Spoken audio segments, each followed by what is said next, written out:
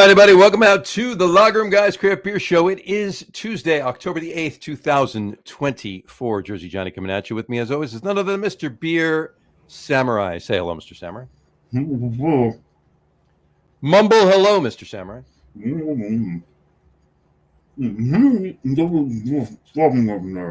I will pay anybody $100 if you can tell me what he's saying, other than Dave himself. Or Kelly, for that matter, because she may know his mumbles. Okay. Never mind. Too many jokes. I know. I was waiting for you to say one at least halfway decent. Happy National Fluffernutter Day, John. Happy National Fluffernutter Day to you, sir.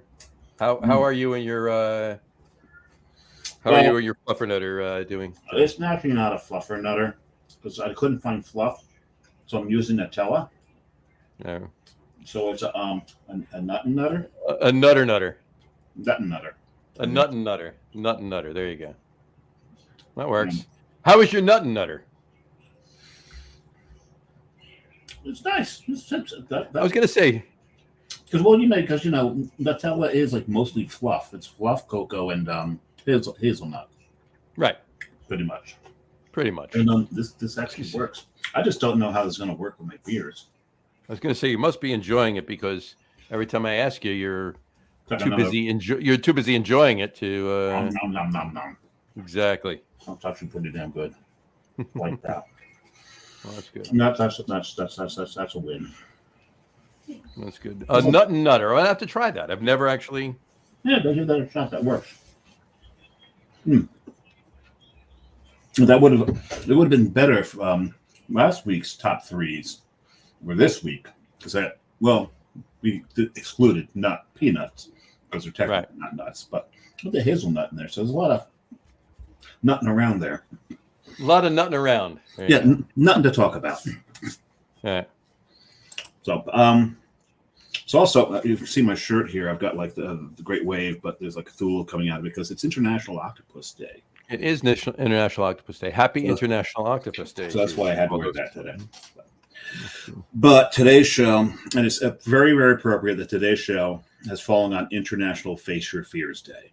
International Face Your Fears Day. And it's not, folks, make no mistake, this is not a fear of, Halloween and spookiness and ghosts and horror and everything else. This show is actually a fear of Dave's. It is a fear of the travesty that is the pumpkin ale. Oh, get over it. You enjoy your Warlock. I do a little. Well, give me like 20 other choices of stout in front of it, I'd probably go with that rather than Warlock. But yeah, I'm just saying specifically to that, you enjoy your. It's just like a Fluffernutter. This thing is really, really messy. Is it? Mm-hmm. No, it's just like it's all kind of like all over the place here. Oh, that's true. There you go. Anyway, but so every time we do this, I think John likes to do this show every year because my discomfort and distaste throughout the show tend to be entertainment for him. Oh, big source of entertainment. So, but we do know someone that absolutely loves pumpkin beers. Yes, we do. It would be great if we could get him for the show, right? I think we should get him for the show. Why don't we get him for the show? Well, we get him for the show every year. Maybe not this year. No, let's get him for the show this year, too. Okay, let's get him for the show this year. Let's bring him on. Welcome to the show tonight, please, John Staradumsky. Hey, guys. Guru himself. There he is. Welcome to our annual pumpkin show. And I say our annual because it is the three of us, annual. Every time we've done it, John, I'll clap my hands for you, but they'd stick together right now. You had me at pumpkin beer. There you go. Exactly. And it is our 5th annual pumpkin show, folks. 5th annual pumpkin show. 5th annual? Wow. And John's been doing this for only 4 of them, though, right? John's been doing it for 4 of them, yeah. Probably, 4. With the first pumpkin show we did, Dave, was just me and you. Oh, just the 2 of us. Just the 2 of us. And that was it. Just stop eating this. Otherwise, I'll have to. Otherwise, we'll need some insulin because it's so much sugar in what I'm eating right now. At any rate. So you're not finished with it? No, there's still about a third of it left. Oh, geez. I thought the way you were eating it, I thought you were eating the second one. No. So, but Yeah. Can we open beers? We can open beers. Let's let John open his first. All right. While John opens his, I'm going to start with I actually a pumpkin. You know what? I'm going to eat this first. It's a pumpkin bread loaf, dessert pumpkin bread. Okay. I'm going to have a bite of it. Actually, not bad. I don't mind some pumpkin desserts, but I do kind of resent that this time of year that everything's pumpkin spice this, pumpkin spice that. Or seriously, apple cinnamon is such a great fall flavor. That's And true. I don't think it gets the respect that it deserves because everyone's so pumpkin crazy. This is true. That's one of my favorites. And John, what's another great flavor for falls? One of your favorite flavors? Bratwurst. Well, that's just football season. Bratwurst works. Bratwurst does work, but maple. Yes, maple for fall is definitely right up there with everything else. Maple brown sugar, apple cinnamon, to me, greater than pumpkin spice. Mm-hmm. Just saying, my opinion. Don't need to hate on me for it. Just my opinion. I had some amazing maple syrup on some amazing pancakes for breakfast on Sunday up in Worcester. Amazing. Very nice. Did I say amazing? You said it a couple times. The yes. real stuff makes all the difference. All the difference. Yeah. Yeah, because maple flavored high fructose corn syrup is just that's tooth rot. It's not maple syrup. No, it's not maple syrup. It's Not in corn the syrup. least. So what'd you pour there, John? I got Staradumsky. a classic Dogfish Pumpkin Ale, which is a every year buy for me. I pick up at least a 6, usually a 6. There you This go. beer. And you wrote us about this. Was it you or Doug that wrote us about this one that was a little not quite up to snuff of prior years this year? Well, How do you think about it? I think that was Doug that told us that. I just bought it. It was actually I picked it up Saturday. Yeah, I went looking for actually an Oktoberfest from a local brewery that I hadn't been able to find this year. And whoops, a pumpkin beer wound up in your And hand. they had some pumpkin beers while I was there. So it just fell into my cart, but it tastes good to me. It's actually quite pumpkin-y and spicy. All right. So it tastes quite good. There you go. That works for me. It was I'll have to- actually not my first choice for first. I was going to do Narragansett out of your gourd pumpkin ale. Mhm. Of course. That'd be appropriate for you. Yeah, and it was I Halftime had it, so the whole reason I bought that load from Halftime was for that beer, and then I got the dreaded notification that they were out Oh, of stock, and they didn't have it. And strangely enough, I got Congress Street from Trillium, which was the beer I thought, okay, but they're never going to have that, right? and they had it. And they had it. They shipped that, but not the Narragansett pumpkin beer. So such is life. This is a great one too. So Say la vie. Say la vie. C'est la vie, exactly. Samurai, what are you drinking? So I decided this year to really, really change it up.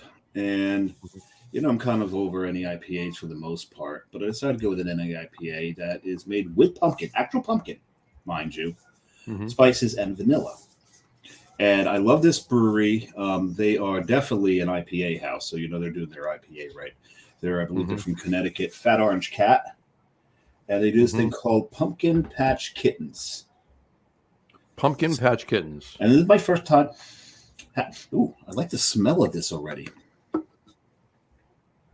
Let's see what we got with the flavors here. Let's see if they mitigated the spice load.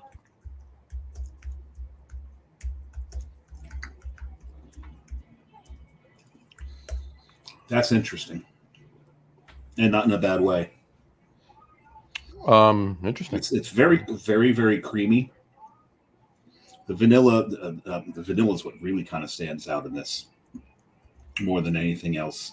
The spices are just like kind of supporting the vanilla a little bit. Okay. That is interesting. That one's interesting.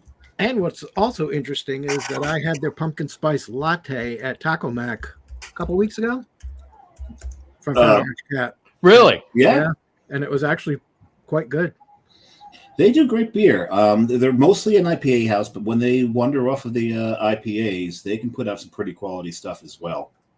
Yeah, it's the first time I've seen their beer down here, and at the time I didn't even know they were from Connecticut. Else I would have ordered it during a Patriots game. Not that it would have helped, but it might have helped me if I drank enough of them. But, it might have helped you if you drank enough. I mean, but it was good. It was very help good. you care less. Yeah, help you care less. Oh yeah. Cool. And I guess it's to me, huh?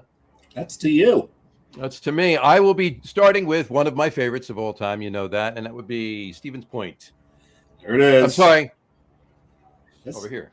I pulled the wrong one out. Yeah, I was gonna say that didn't look like it. There we go. I swapped them out. And I left the wrong one out.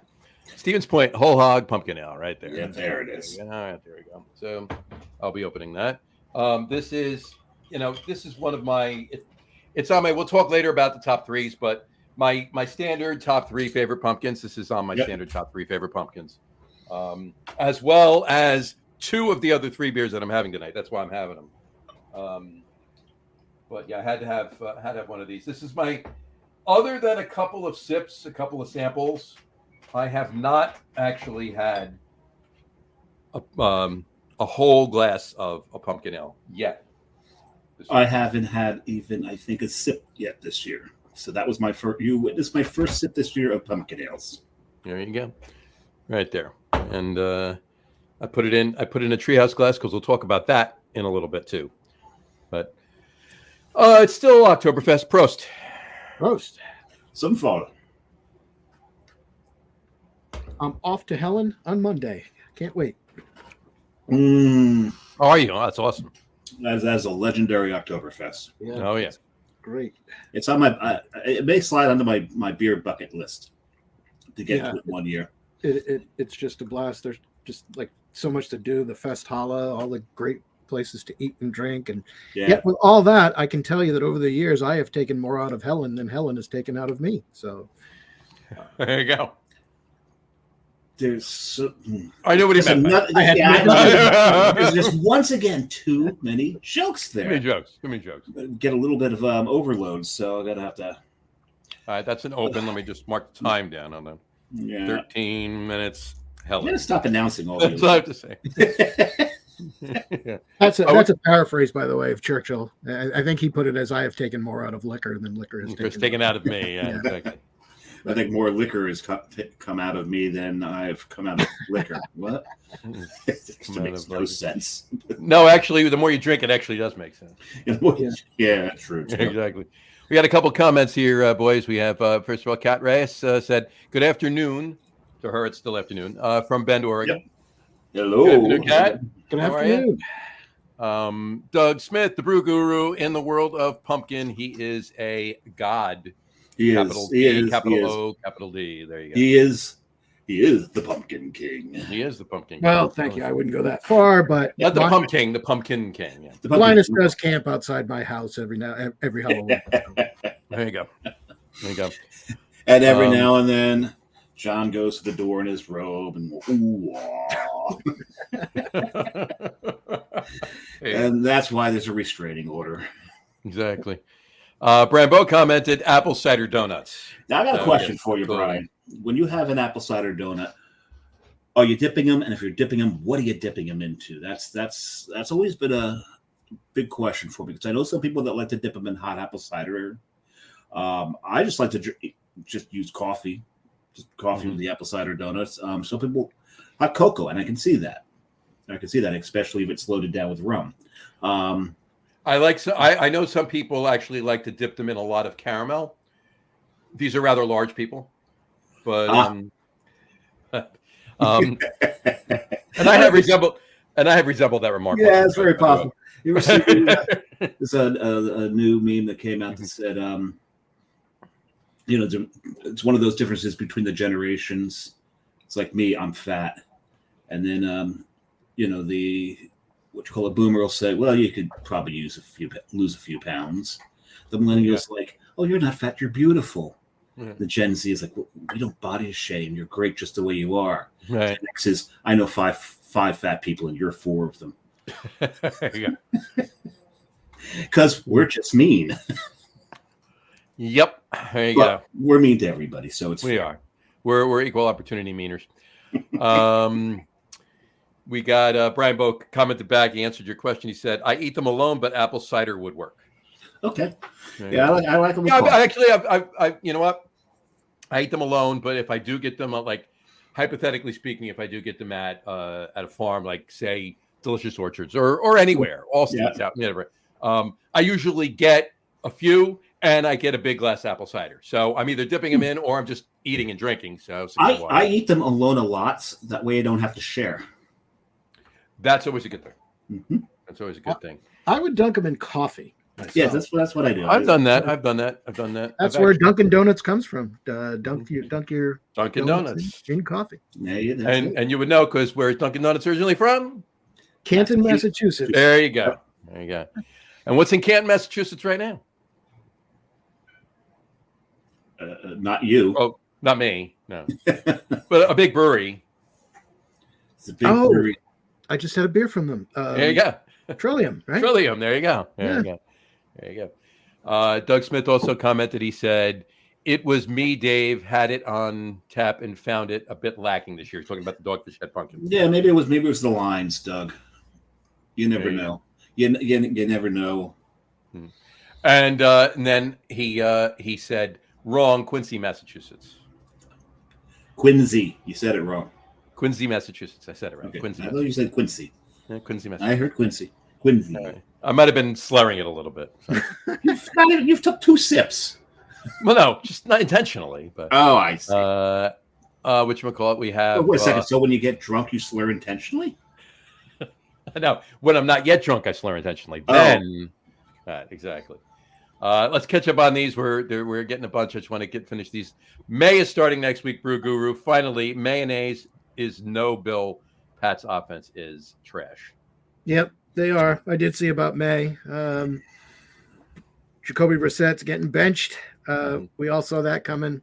Not sure it's a good idea because with an O-line that's holier than a Swiss cheese, Drake May is going to get beat up. That's what I'm worried about. Well, as a Giant fan, I can tell you I know a bad offensive line when I see one. Yeah. So, fortunately, knock on wood, ours isn't that bad this year. It's damn good this year. Ours got even worse because David Andrews is out for probably the season. Right.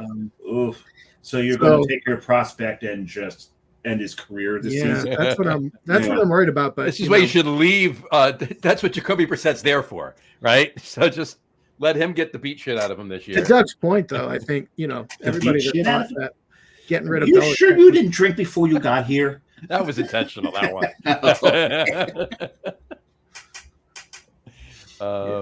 Which we got. Brian Boak said, "We are not mean. We just never got a filter. We just tell the truth." Which every other generation just determines is mean. Right. That's how they see us. Right, exactly. I don't think we're mean. I think we're hilarious. I think we're hilarious too.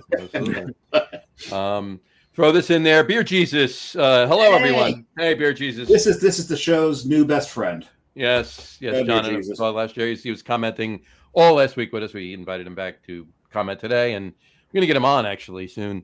Yeah. Doug Smith said, "Praise Jesus." See, because Doug was watching. Jesus down here. I think every state should have a beer Jesus. I believe you're right. You're right. The beer Jesus of New Jersey. The beer Jesus of this is the beer Jesus of Ohio, by the way. He's from Cincinnati. Actually, no. He is the beer Jesus, and everyone for every state are just copies of him. State beer Jesus. This is the beer Jesus. This is the beer Jesus. Gotcha. I follow you now. Then there's a Jersey beer Jesus, a Massachusetts beer Jesus. The Ohio beer Jesus can confer with him closely because they're in the same state. Because they're in the same state. But this is the beer Jesus. He's the OG. And we'll leave it at that. Or in this case, the OJ. Sadly for Georgia, our beer Jesus was actually tying himself pretty closely to one of our local breweries. And the owner got wind of it and excommunicated him and basically said he has nothing to do with our brewery. He says this all the time. And he was a funny guy. He worked in a liquor store in Marietta and seen him there all the time. But so you're saying they crucified him? Yeah, exactly. They nailed him to a cross, and he did. But I don't know about that. Yeah, well, maybe that's what he was going for. Yeah, you never know. He did comment that was his Facebook post. Beer Jesus on Twitch commented in faster than a bad head forming off a poorly poured Guinness, more slower than people's minds not choosing IPA, and less carbs than what Katy Perry wants on her thighs. It's me, Beer Jesus. I like it. All right. I'm still trying to make sense of that last one. There you go. It's a bit distracting. I know it is, actually. He says, I slur more than Helen Keller's own audiobook. All right. Oh. All right. Well, he just outed himself as Gen X. There you go. I have more filter than a Keurig on overtime. You mean less filter? Less filter. He probably means less filter. filter there. I Yeah. gotcha. And he says, I make Greg Cook's hops look like Goose Island's 312 on a winter day. There you go. All right. He's that. We are caught up. There you go. Not enough beer. Okay, so back to the drinking. Back to the drinking. This is actually. John, I'm gonna have to get you one of these. The Rosemary's Baby. No, it's funny. That's not Rosemary's Baby. Oh, not Rosemary's Baby. Yeah. No, you just outed my second one. Thanks. The Fat Orange. Now I don't get to reveal. Oh God, I'm sorry. You destroyed my reveal. Disregard what I said in the last 3 minutes. Let's take it backwards. Okay, so now we can get back to drinking. Now we get back to drinking. You're gonna have to get Tom one of those. See what now? You're gonna have to get John one of those.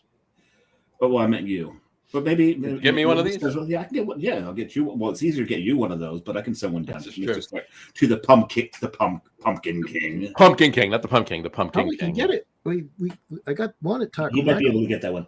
I don't know if you. I don't know. This is. I'm not sure it's worth a full 4-pack though, John.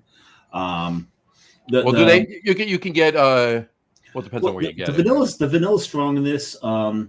It's almost to the vanilla is strong in this one. Yeah, in this one, yeah, it's almost to the point of like a lactose kind of sense, but I don't know if that's just a vanilla playing with the pumpkin spices. So it could be, but that's why I'd like you guys to taste it to see. I don't think there's any in it because Fat Orange Cat always tells you what's in their beer. So if there was lactose in it, they'd tell you there's lactose in it. Now they're really good that way. Now, Fat Orange Cat, it's being brewed out. Do they actually have a space? Because it says here they're. No, I don't think they have. It's being brewed out at 12% too in North Haven. It's very possible. They don't have a tap room, as far as I know. They didn't when I lived up there. Okay, fair enough. Otherwise, it says it's North Haven, so that's got to be 12%. Where they're brewing a lot of stuff. Right? No, I think this is only 8%. Oh, it's only 7. I know. I see what you did there. I see what I did there. All right. That John Staradumsky did you always have that huge Patriots logo behind you? Yes. I remember ever seeing that again. No, this is on my chair. Oh, the chair. I thought you were talking about the fat head of Brady behind. Oh, no, I don't know. Brady's always been back there. Yeah, no. And so is Sam Adam. It's just a cover for my office chair. I see. Okay. I thought you just had like this huge, maybe neon sign sitting behind you. It's for good luck, and they need all the luck they can get this year. So just like last year. Or maybe it's failing. Maybe you need to. Could be. Sometimes there's certain things that you need to burn on the right phase of the moon in order to, eliminate a curse. Just say it. I have a superstition where I don't drink beer during the game from the state of the competing team. That's a damn good tradition. After the game, if we won, it's fine. I can now we beat your team. We drink your beer, right? But I do have that superstition, and that ain't working either. So there you go. I like that. I like that a lot. I like that too. I'm not drinking any Pennsylvania beers today, so that's good. No, screw that. I'm not. No, actually, I am. Damn it.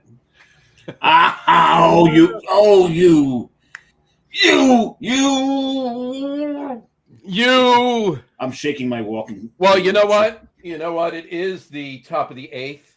And 6-0. by the time, don't say anything. No. I want you to say by the time I drink that beer, this game will probably be over. So we hope so. Oh, I know. Yeah, knock on wood. There you go. I eliminated it from my list, so you did. You did. Speaking of that, I do want to bring one thing up, but are either of you ready for your second? Because I'll wait if you're not. There you go. Okay. Does that answer your question? I want to say, though, before I move on to the next one, that the more I drink of the Dogfish, I get the pumpkins there, of course, the spices and a little caramel, but it does seem thinner in body. I don't know if that's one of the things Doug was complaining about. Yeah, I did have a taste of it. It wasn't a full pour, like I told you. That was the first. Not Doug's, by the way. Not Doug's. No, I did have a taste of it. I did get pumpkin. I didn't have enough to actually make a full decision. I got to drink a whole one. I'll grab a 6 at some point, but a whole one. Are we back to donuts? Yeah, that too. But that's one thing I did notice, that the mouthfeel was a little thinner than it normally is. Yeah. So he's onto something with that. Then I think the more I drink of it, I'll probably have to drink the other 5 before the end of the week just to be sure. Yeah, you've got it. You have to work on that. It's for science. It's for science. It's for science. Because science. Yes. For duty and humanity. Exactly.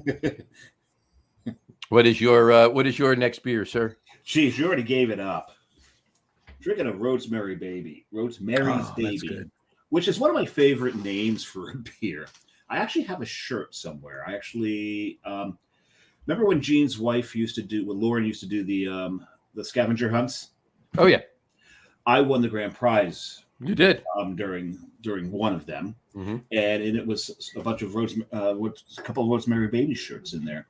I'm drinking out of my Coven glass because I didn't get to show you the first glass I was drinking out of, did I? No, you didn't. Because it's the pumpkin show, and I'm wearing my skull shirt. I drank it out of my burial glass. Oh, you did. Yes, there you go. Yeah, and we'll talk about that in a little while too. So. And this is and this is my Coven glass out of Pittsburgh. So I figured I'm drinking out of all spooky glasses tonight. All spooky glasses. Tis the month for it. Yes, it is. Tis the season. While the lobby of my apartment building plays Christmas music, and I got to figure out, like, they owe me some rent back for that bullshit. But Rosemary's Baby, this is another one of those classics. It's been around for a while. It's one of the few rum barrel aged pumpkin beers that I know of, other than traditional ones, because Carton had one that was rum barrel aged. Shelbyville, was it? Is that the rum barrel aged one, or pumpkin? Scobyville. Scobyville. Not Scooby Doobyville. Not Scooby Doobyville. No. So, but this one is a classic. Love it or hate it, it is a classic. I like, the one thing I do like about it is the rum barrel does detract from the pumpkin spicing. Gotcha.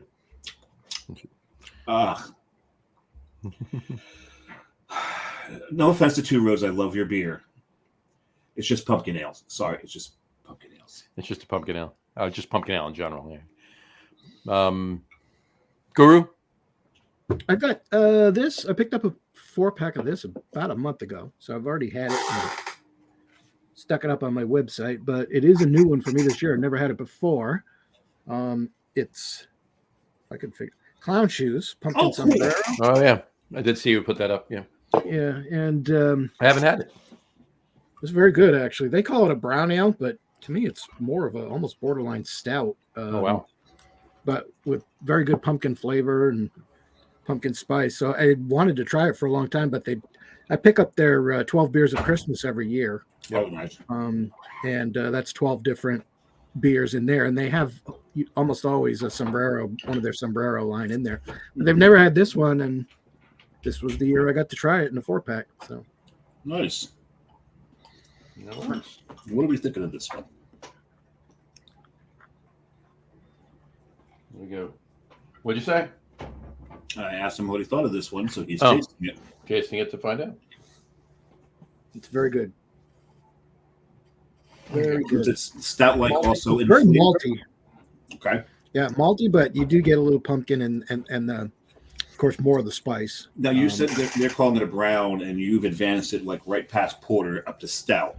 Yeah, that's I don't know. When I first tried it, that was my impression. But I don't know. It's still pretty chocolatey, which is giving me the stout notes. But yeah, I can see a little bit of the cookie malt type flavors that you get more with a porter in a brown, and it doesn't remind me of the Sombrero line is usually like a Mexican style. Yep. Oh, actually, they do call it a Mexican style chocolate stout on the can. So it's a Mexican style pumpkin stout is what we're hearing here. I guess I'm not getting chilies is one thing that I don't really get in it to suggest like a Mexican style beer. Well, we'll wait while you go get your Tabasco if you want to pierce it up a little bit. That would probably ruin a good beer. Yeah, I mean on Untapped it says it just have an American stout. Yeah, maybe I've got it backwards, or what have you. And it was just I was the Mexican theme. I wasn't getting so much. So yeah, Mexican style chocolate stout with seasonal spice and pumpkin puree. Yeah, sometimes it's hard to keep up with them all. But of my highlights on Untapped, John Staradumsky says been looking for this one for a while. It was worth the wait. There you go. And he's found it. we have entered the portion of the show that entertains John, where I'm just not at all happy with what I'm drinking. There you go. Where we've hit the first beer. It was just interesting enough to carry me through it. This is a classic. This is just a pumpkin ale for you, as far as you're concerned. Yeah, it's a pumpkin ale, and whereas the rum barrel does help carry it through. I've had it enough times that we'll just go with that. We'll go with that. Gotcha. But as a pumpkin ale, so I'm not, because I don't like it. I'm not going to go on Untapped and rate this as a 3.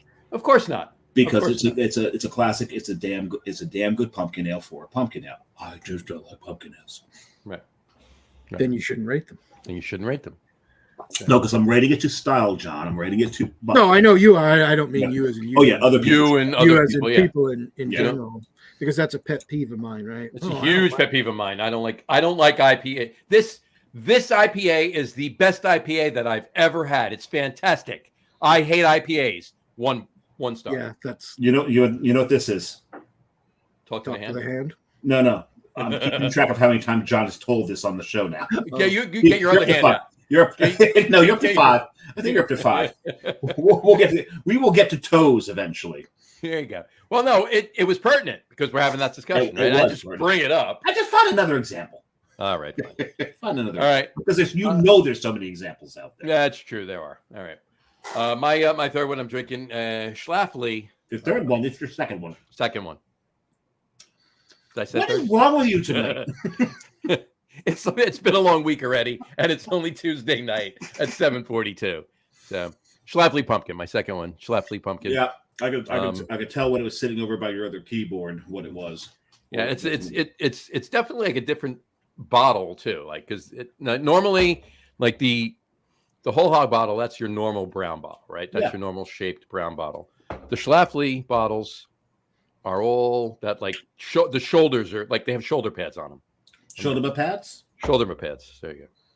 So, cheers. Oh, the way you were holding it, it looked a little darker than usual. But when you held it up, I was like, nope, that's the color of it. Yeah, there you go. There it is. It seriously looked almost as dark as John's. It was, I think it was the background with your shirt, so it was making it a lot darker. That's probably what it is. It was. We got catching up to do there. We got some catching up to do. Holy crap! Where we go? 1, 2, 3, 4, 5, 6, 7, 8. We apologize if we don't get to every comment tonight. Yeah, John's gonna have to pick and sort. I'm gonna sort through a couple. We have Doug Smith said Belichick is scoring more with that 24-year-old. Oh Jesus! Have you guys seen the AI videos that are floating around with? No, I don't. No, I haven't. No. Send me one if you have some. Yeah, they did one for the Aaron Rodgers was on asking him, we got to get rid of our coach. Will you come back and coach us? And he's like, nah, I'm too busy chasing tail with my 24-year-old brother. It's funny because the Jets has he bought any ayahuasca off of him? So, I don't know. The Jets owner had to come out and make a statement that the decision was all his, and everyone's like, "Sure, yes, we believe you 100%. Yeah. Yeah, we're sure Aaron Rodgers had nothing to do with this."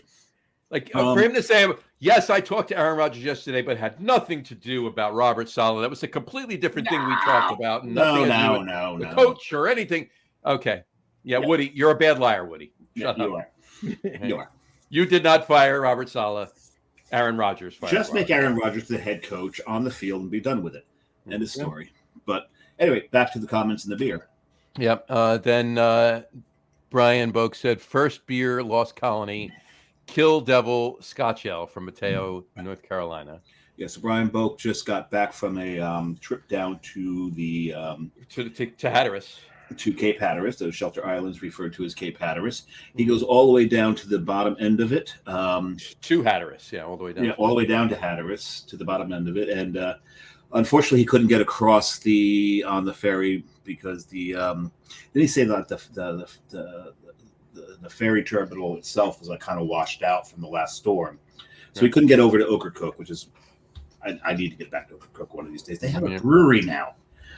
So got to get out there. But he did get some beer from them, so that's cool. Sorry to hear you didn't get to the brewery, but not sure if you guys are aware, but Helene did a number on breweries in Asheville. No, we're going to get to that when we're done with these comments. We will get to that. Yeah, we got a couple things to get to, and that's one of them too. Yeah, we'll talk about all of that too. We started it last week. We'll talk about it again. Beer Jesus said, "Is that a Scotch ale or are we heavy?" I don't think any of us have a Scotch ale or we. Well, no, she's referring to. Oh, that one. Folks, yeah. They're having a conversation apart from us. Okay. Well, let them go. We don't have to bring that up. Okay. And he says, talking about you, he said, it's ironic how you're drinking from a coven glass and Rosemary's Baby is about a coven. It's not ironic. It's intentional, beer. I'm absolutely aware of that. He does nothing with irony. Sometimes I do. But more often than not, it's entirely intentional. But I love the fact that Beer Jesus and Brian are like beer bonding. I like this. There you go. Keep it up. Keep it going. Doug Smith said, I'm drinking a Rosemary's Baby Spawn. This one is pumpkin ale and maple syrup. Oh, now that I might be possibly interested in. Oh, wait, is that an actual beer or is that a drink that you made and you call it Spawn and just put maple syrup in the Rosemary's Baby? Because either way, I'm good with that. John's in. Either way, I'm in. There you go. So I'm gonna put in and put in. Yeah, no. It's actually a thing. Hold on, I gotta find that. And I rode right past two roads on the way up on Saturday and the way back on Sunday. But John had a choice of stopping at Two Roads or Treehouse and made the right decision. I did. Yeah, I did. Just saying. Exactly. There we go. There it is, right here. Rosemary's Spawn. Rosemary's Spawn. There you go. I'll fly through a couple more of these. Beer Jesus said Rum King was nasty from Southern Tip, but great with s'mores. Well, Rum King is that's Avery's, isn't it? Or Rumpkin? No, Rumkin. Oh, Rum King. Yes. Rum King is Southern Tip. Yep. I've never had that. Yeah, I had it. I actually had a sixth a little bit once at the bar up in North Jersey years ago. It wasn't. Yeah, at 381. It wasn't bad on tap. It's not bad per se in a bottle either, but it was definitely better on tap, as most things are. But pumpkin ales making beer smell like Michael's craft store bought in bulk. It's my favorite comment of the night so far. Beer Jesus, I'm going to give you full credit, but I'm going to use a lot of these throughout the month. All right, so we will definitely do that. That's a good one. Brown ale always suggests if smell. Brown ale always suggests if smell is roasted or toasted. Yeah. Okay. I'm sure he said that. And then he said Spawn has pecans as well. Delicious. Maple pecan rum barrel aged pumpkin ale. That's intriguing enough to make me actually want to look for it. Yeah, I got to go get that. Need to try the Spawn beer, Jesus said. Yep. All right.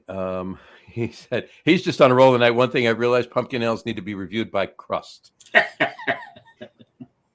And he said IPA, I piss apricot.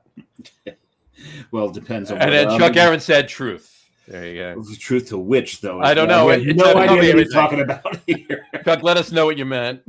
Beer Jesus said Schlafly is definitely at the top and love the subtle notes of being a double. Yeah, that is it's the class of the pumpkin ales that are about the pumpkin spice. Mm-hmm. I think that is it's the best one in the pumpkin pie beer category. Yes, I agree. Brian Boak said John pre-gamed. Yeah, apparently. So it doesn't make you a bad person. There you go. No, there's so many other things that make you a bad person. There's so many other things that make me a bad person. It's not that. That's not one of them. Exactly. Oh my. Get on to the next comment, and then we'll. Yeah, Chuck Aaron said, "Happy birthday, Brian Boak." Yes. Yesterday. It was yesterday. Yesterday, Brian. Yeah. Happy birthday, Brian. 75th. 75th. He's gonna kill me for that. He's gonna kill you. Is what he's gonna do. I'm getting nothing from the next Monster Mash brew. There you go. Which we got. Then Brian Boak answered. Beer Jesus. Beer Jesus. It's a Scotch ale. And then he said, "Thanks, Chuck." And Doug said, "It's a beer, John Fladung." There you go. Okay, so we already determined he may have answered before we determined. Yeah. No. So I opened my third because I had a chug deck. I had to. You just had to get rid of it. You didn't. You're not going to actually get rid of it, but you just. No, I'm just renting it. We know we only rent beer. We only rent beer. Good. And I'm on a medication for that matter. But yeah. This is true. And by the way, I'm eating a pumpkin wafer. I'm almost done with it. I just want to bring up that. Oh, okay. Congratulations. Well, I still had 3 things. I just want to make mention of it. That's all. I finished the bread already. We'll hang it on the fridge. I will. I drew a little picture. Good. No, I've opened my third because the one thing, it's rare that I'll ever drain pour a beer. Mm-hmm. If I don't particularly like it, I'll just shove the thing down. I paid for it. I'm drinking the damn thing. Of course. But there are times where it's like, I just can't do it. But this third one, the smell of this is amazing. I really don't want to. I don't want to taste it. I just want to smell it. The rest of the night. That's one thing I love best about a beer. When I get a beer, whether I've had it before or not, if it evokes the instinct in me that I just want to stick my nose in the glass and never pull it out. I don't want to drink it because then the smell will go away. That's the sign of a great beer for me. So. Rochefort 10 to me was the first beer that did that. Mm-hmm. Where I poured that beer. I don't think I took my first sip for about 15 minutes. At least. I don't. Yeah. I just sat there and I had to sit there and smell it. I poured this into my, speaking of Belgian stuff, is my Duvel Art glass. I love the Duvel Art glasses. Mm-hmm. And this one just looks like a bunch of bats. So I figured that one. Were they in your Belfry originally? There are bats in my Belfry. There's toys in my attic as well. There you go. Yeah. Any junk in the trunk, though. That's what we need. Most of the junk is in the belly. That's true. There you go. And in storage. No, the stuff in storage is good shit. The stuff that I have in a box of storage, there's some good stuff in there. There's some good stuff. There you there's go. Some great cookware in there. There's some great beer glasses. By the way, my brother's having to get rid of his beer glass collection. He has to get rid of it? Well, they just bought another house that's a little smaller, and that's the one thing that has to go. And I said, so was this part of the deal? This is part of the deal that you buy the house, but you had to get rid of your beer glass collection. His reply was, apparently. In other words, not his decision, but he needs to abide by it. Right? Exactly. He never agreed to it, but no, I'm really digging the smell of this beer. Yeah. So what is it? It is Southern Tier's Caramel Pumpkin. Yeah. There you go. This is and the thing is Southern Tier makes my favorite, and I'll finish the night with my favorite pumpkin beer thingy. There you go. So I figured, and I've always kind of liked pumpkin, because pumpkin to me, and people think I'm nuts when I say this, but to me, it's not so much like that pumpkin pie beer. To me, it's more like a spiced pumpkin seed beer, like a roasted pumpkin seed beer. Right. And that's the flavors I get from it. That's what my palate delivers for me on that. So I kind of really do like pumpkin because it's different than all the rest. Mm-hmm. You know, you've carved out your pumpkin. You've spent 3 hours trying to get all those damn threads off the side so that the eyes you carved in don't have all these little things hanging down. But you've taken the seeds, you put them on the tray, you put all the little spices on if you want to, and roasted those. And to me, that's the flavor of a pumpkin. So when I saw there was a caramel, because the caramel came out last year, and I saw so many people checking it in, I'm like, I really do want to try that. And I went early this year to get pumpkin beers, knowing the show was coming. And when I saw it, I'm like, yep, mine. It's funny because you get the caramel and beer Jesus, I'm actually getting crust in the smell. Yeah, I get that in the straight. Yeah, I get that. I get that in straight pumpkin all the time. Yeah, you have to get the pie crust. And one of the things I love, and I do like that aspect of pumpkin, but what I really love too about all the variants is that they retain that pumpkin pie character, but combine it with another element that's like so for the caramel. To me, I think I put it akin to a slice of pumpkin pie on the holiday drizzle with caramel sauce. For the warlock, it's like a slice of pumpkin pie with a cup of coffee. With the Rum King, it's like your slice of pumpkin pie that you're enjoying, and your drunk uncle comes and spills his booze all over your plate, right? So every one of them's got some aspect of that. I aspire to be that uncle. Yes. You don't aspire to be that uncle. You are that uncle. No, I'm not allowed near my nephews and nieces. Oh, all right. Well, that doesn't mean you're not that uncle. Because I am that uncle. Not allowed. Oh my. Okay, so like other than Rochefort 10, like every other beer that you don't want to taste because it smells so damn good. Right. The flavor compared to the smell is lacking.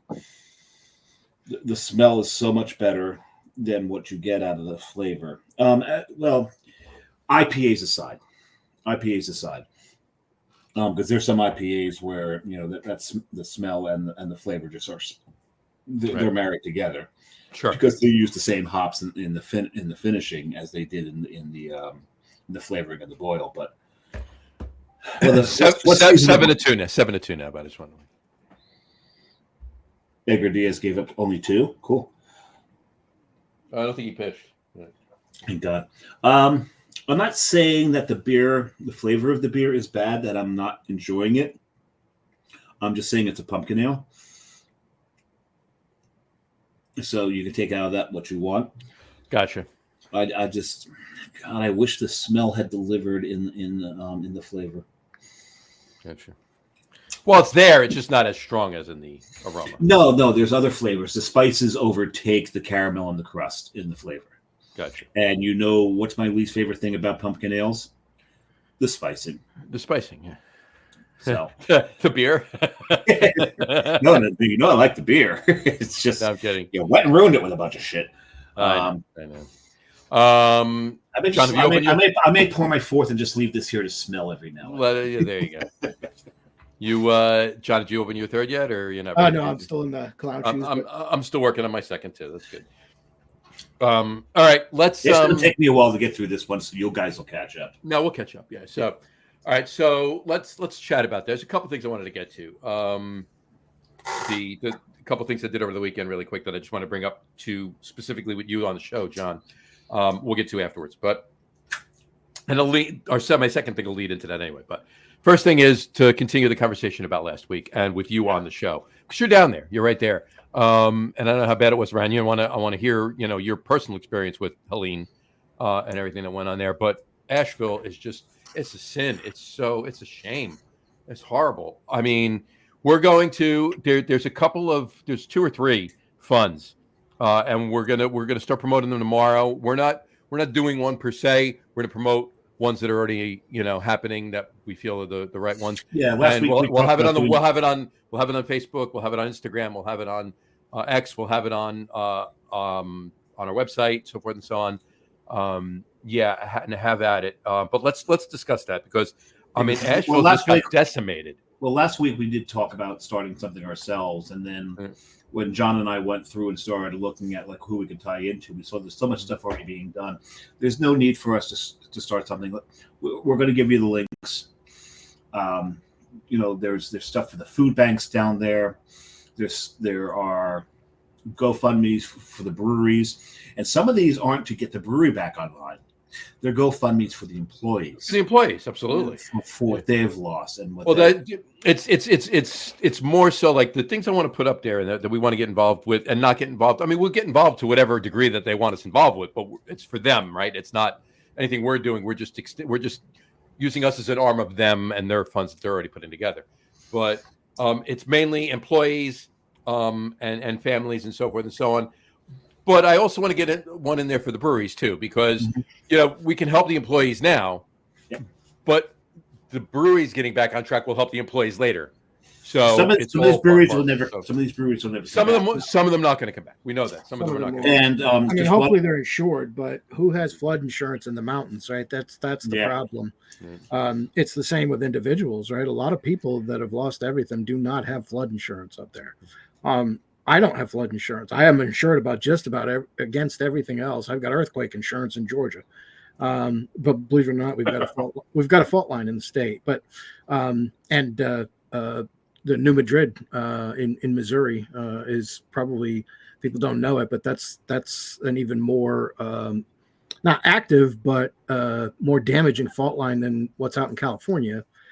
It just hasn't gone off in a long time, but it's not expensive, right? But I live on high ground. I don't live near a river, so I don't have flood insurance, and I'm assuming that that's probably what they thought too. But they got hit the same way we did. It wasn't just the storm, but we had drenching. We had a cold front move in a few days before Helene hit, and we got drenched with pouring rain for like a day and a half before Helene even came into the picture. They did too.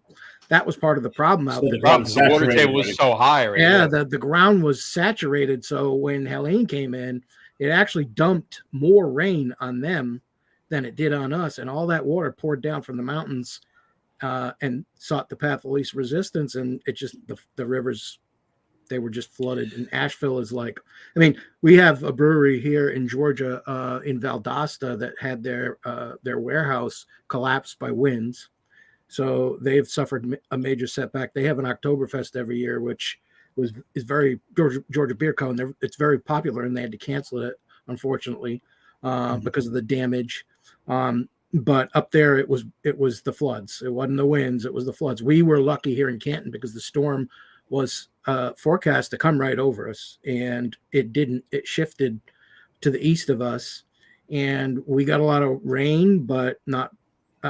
So the local river here did flood, but I was well above it. I am well above it, and it actually didn't do a lot of damage. They have a pumping station that was pretty active through the whole thing, and I don't even think that anybody suffered significant. There are a few parks that were flooded and areas on there, and it's the Etowah River, but Canton did okay, and we're so grateful for that. But that means is that somebody else suffered because of it. And like I said, up in Asheville, I mean, been keeping track of some of the breweries, and like New Belgium was flooded, and Highwire was flooded out, and Highwire lost 2 of their 3 locations. Yeah. New Belgium did report though that the flooding was not as bad as they thought, and they might be open later on this month. But I'm going to stop for a second here because Beer Jesus' comment here. I'll gladly spread the word, everyone, if you have anyone. So, Beer Jesus, we will get you. We'll get you the links, and if you can help spread the word on this to help Asheville get the Asheville brew community get back on their feet. So we're gonna post them all up tomorrow, and I'll reach out to you privately and send you the links as well. Plus, you can get them right on the Facebook page too. But I'll send them to you separately, and then you'll have them. And it's good to see that some of the breweries that were not impacted, like Pisgah, has been big. They're in Black Mountain, and Swannanoa and Black Mountain area, they got hit hard too. But Pisgah was spared. but they had food trucks there, and they paid for free meals for people that needed them. They were bottling water, and they were packaging water for people that needed water. All you had to do was show up with a container, and they'd fill it with water for you.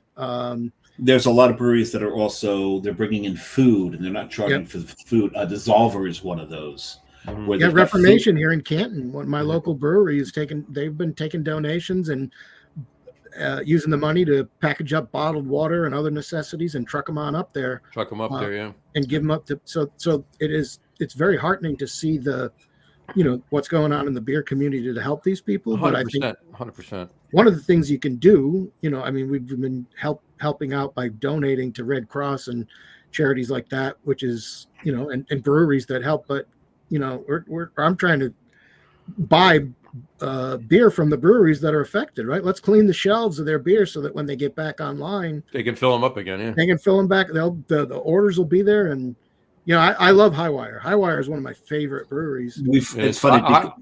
Highwire, when I first went, we hit Highwire. Their brown is one of the best browns you're going to get in Nashville. Mm-hmm. And then John was going afterwards. I'm like, John, get your ass to Highwire. It's funny because Highwire it's usually not on anyone's radar. And it wasn't on my radar when I went. It just happened to be along the route to someplace else.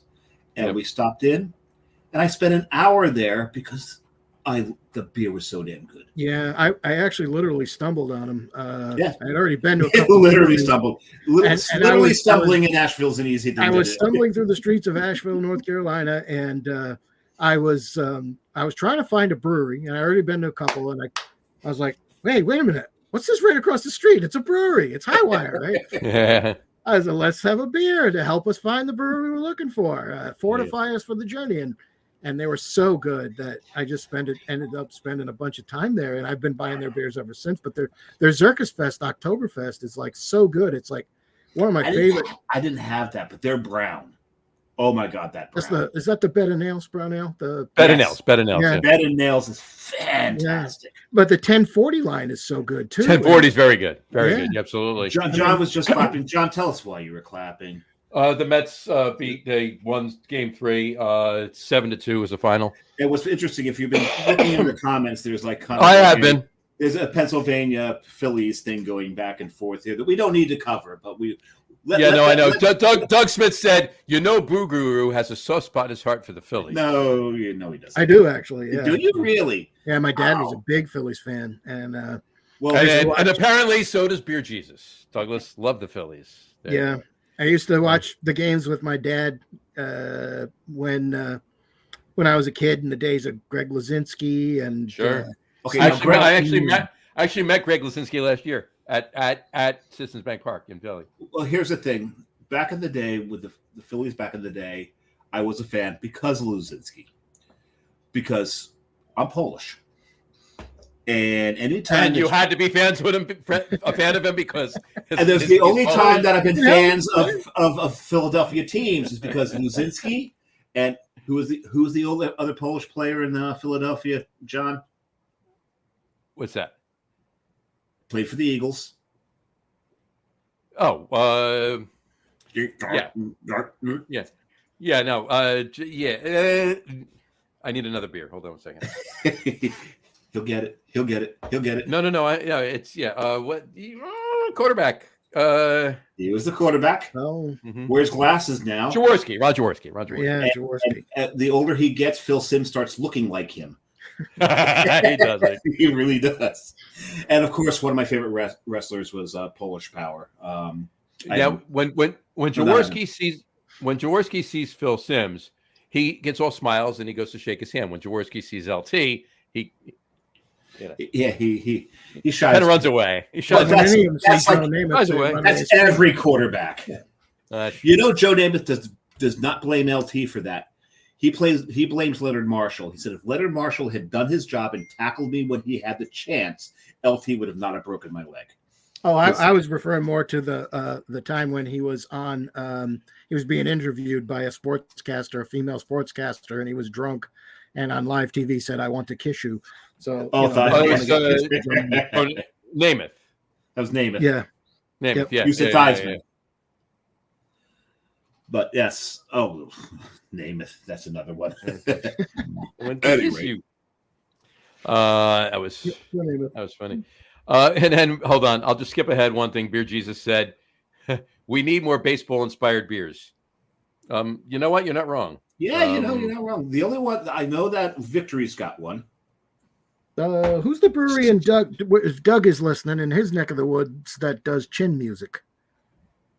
Well, that's a good name right there. Yeah, but there's I've had it. It was a good beer, and I can't for the life of me think of the name of the brewery, but he probably knows. I'm looking for a picture of this right now. I had it at Citizens Bank Park at a game. Yes, I was at a baseball game. Doug Smith comments up. LT greatest to play defense, high cocaine. He's not wrong. Greatest to play defense, high on cocaine. Let's go out there like a pack of raving dogs. Rabbit dogs, raving dogs. Crazed dogs. Crazed dogs. That's what it was. Crazed dogs. Pack of crazed dogs. Where the hell is this picture? Back in the day, I mean, because you had what's his name? Linebacker for the Rams who broke his leg, finished the game. Oh, him and his brother. What was his name? Linebacker for the Rams, John, back in the 70s. Absolute maniac. Broke his leg during the game. Finishes the game. Doesn't come out of the game. They asked him. Youngblood? Youngblood, yeah. And this was Jack, not Joel. It was Jack. And they asked him, how could you finish the game on a broken leg? He's like, well, the bone wasn't sticking out or anything, so I figured it was all right. Mm-hmm. Okay, that's cocaine. there's no way. Just wrap it up. This will be our Sly Fox. They do Slugger. That's right. For the Phillies. There you go. For the Phillies, of course. The one thing is, I was over the weekend. I was out in the Doylestown area of Philadelphia, Doylestown and Ambler. And the one thing, Philadelphia sports fans have a really bad reputation of being some of the worst sports fans in the United States. You can't say on the planet because you do have the soccer hooligans, but and the Philadelphia fans own it. When you tell them, man, your fan base is just awful, they're like, yeah, we are. They know it, they own it, and they're proud of it. But the one thing I will give them, while I was out there, I would say 7 out of 10 people that you saw in that area were wearing colors. Okay. You come into the New York City area, we've got more teams. Yep, we do. We have 9 teams. Right, but you might see 3 out of 10 wearing colors. So they are a rabid fan base. They are proud of their teams. They support their teams. Granted, this year it's really hard to not support the teams because the teams are all, well, the Eagles haven't really quite measured up to what the hope was for them. Right. And, hopefully after the series is done, the Phillies fans will pipe down a little bit. But, they support their teams. They really do support the teams. They do. I don't have any problem. They would kill for their teams. I don't, and some of them have actually. Yeah, they have. Well, I said that's my problem. I don't have any problem with any Philadelphia sports fans supporting their teams at all. They're a good, solid fan base. It's the criminal element of some of the fan base. But the other thing that I really respect about the fan base is that the women are just as awful as the men.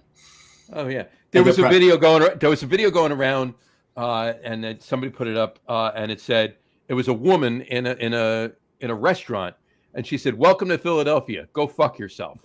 That's what she said. I saw that. Well, why? I thought it was a city of brotherly love. I guess it's the city of brotherly love and sisterly go fuck yourselves. We were sitting at a gastropub and we're listening to there's 4 people at the table. There's like a mother, father, and I don't know if the younger woman or the younger male or the child of the parents. but it was the younger woman that was going off, and she's talking about the upcoming game. It's like, the Mets fans, they all hold up this OMG thing. This OMG. So we need to come to the game, and we need to hold signs say, "Oily meat head grease balls." It's like, these are Philly fans.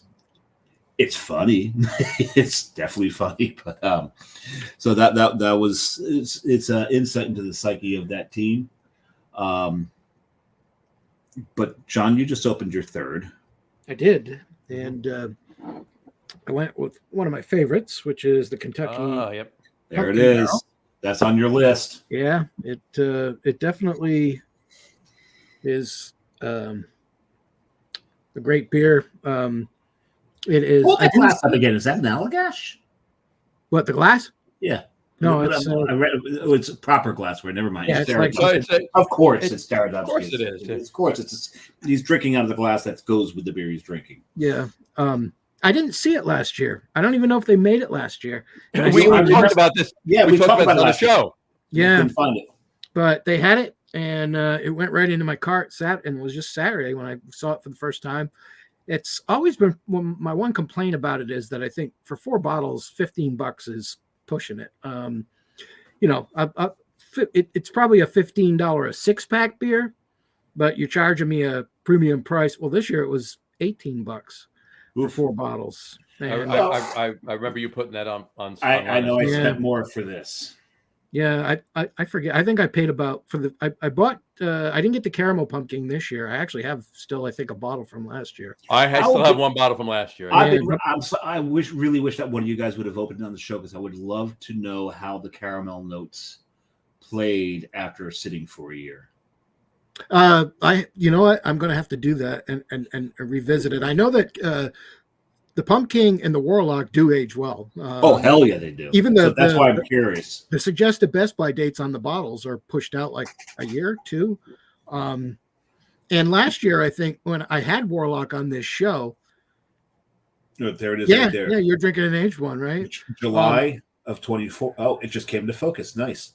And we are almost 3 months past this.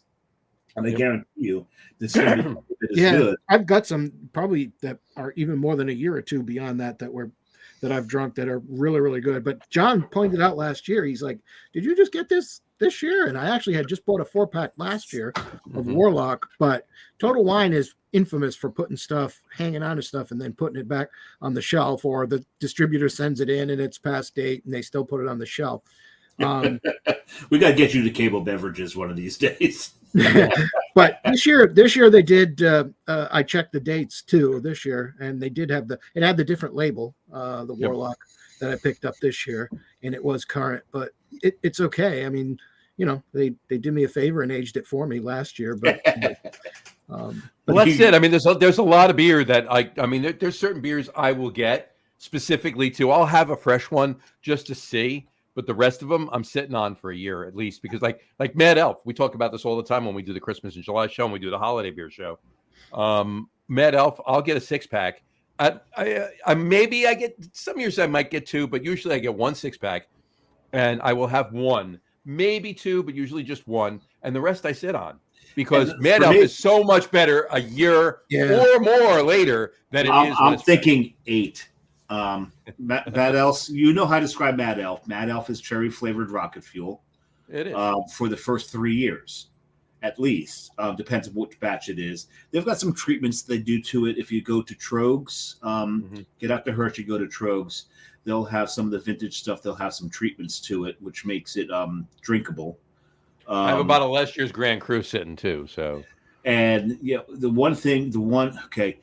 this is a public service announcement to everybody who's watching us. If you open a bottle of Mad Elf, make sure there are no open flames around. You will light everything up. Doug Smith did answer your chin music question, what the brewery was. Second to last comment. Oh, yeah. Here we go. Center of the Universe. Yeah, that's what it was. Kotu. Yeah, Center of the Universe. But I have opened my 4th. And I had to put it. I love this glass. You love that glass. It's smart, And right? when you do it like that, you got these dead black eyes in there. So I put Warlock in my orc glass. This is an orc glass. Mhm. Warlock. I like it. Warlock. All right, I'm being handed this. I just had to do this really quick. Hi, Jess.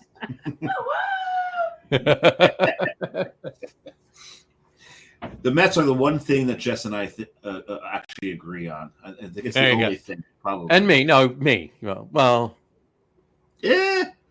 yeah. I guess it depends on the day. It depends on the day. Yeah, it depends on the day. There are days where she's just over your shit, and I'm just done with your shit. So it's yeah. Well, then you agree. You still agree. No, they don't happen on the same days or for the same reasons. Right. Anyway, so continue your Warlock story. Go ahead. There was no story. I just poured it. You reported. All right. I didn't give you my favorite. There was no story. Okay, here's the story. I picked up my bottle opener, which is my favorite bottle opener. All right. Because I got it from a beer club, and this is the best thing that came out of the beer club. And I grabbed the bottle firmly, took the bottle opener. That beautiful sound that we all love. Lovingly put the undisturbed bottle cap over there because this bottle opener does nothing to flare the bottle cap. There you go. And then I poured it into the orc glass. And John Staradumsky called it the war orc glass. There you go. Because there's no warlock in it. So that is my story. I could have made that 10 times longer. You know that. I know you could have. My third beer, because I was going to do it before you poured your fourth. Right here. I haven't had this in. I think I had it a couple of years ago on a show, maybe 3 years ago on a show. But I do like this beer. I haven't had that in ages. Flying Dog the Fear. Yeah, absolutely. Right there, 9%. 9% imperial. This is my. Now I went up so far. Like Whole Hog is 7%. Schlafly is 8%. The Fear is 9%. And my next beer, my fourth beer, might be actually going back down to 8%, but who knows? We'll see. But yeah, there you go. I went 7, 8, 8.6, 8.6. There you go. That's another one that I did put it in. I did put it in this beer glass. There you go. Just in I need one of those. Respect to you. So there you go. As I recall, last year John drank Pumpkin out of a Warlock glass, and I drank Warlock out of a Pumpkin glass. Yeah, yes, you did. So, right. So the universe was kept in balance, and we are here a year later to talk about Pumpkin. You mean the center of the universe? Yes, the center of the universe. Whoa, that comment was like chin music going by me. Oh, I see what you did there. All right. So just to wrap up our discussion before, we're going to post a bunch. Asheville. Yeah. We're gonna post up a bunch of stuff tomorrow. And we'll put it up.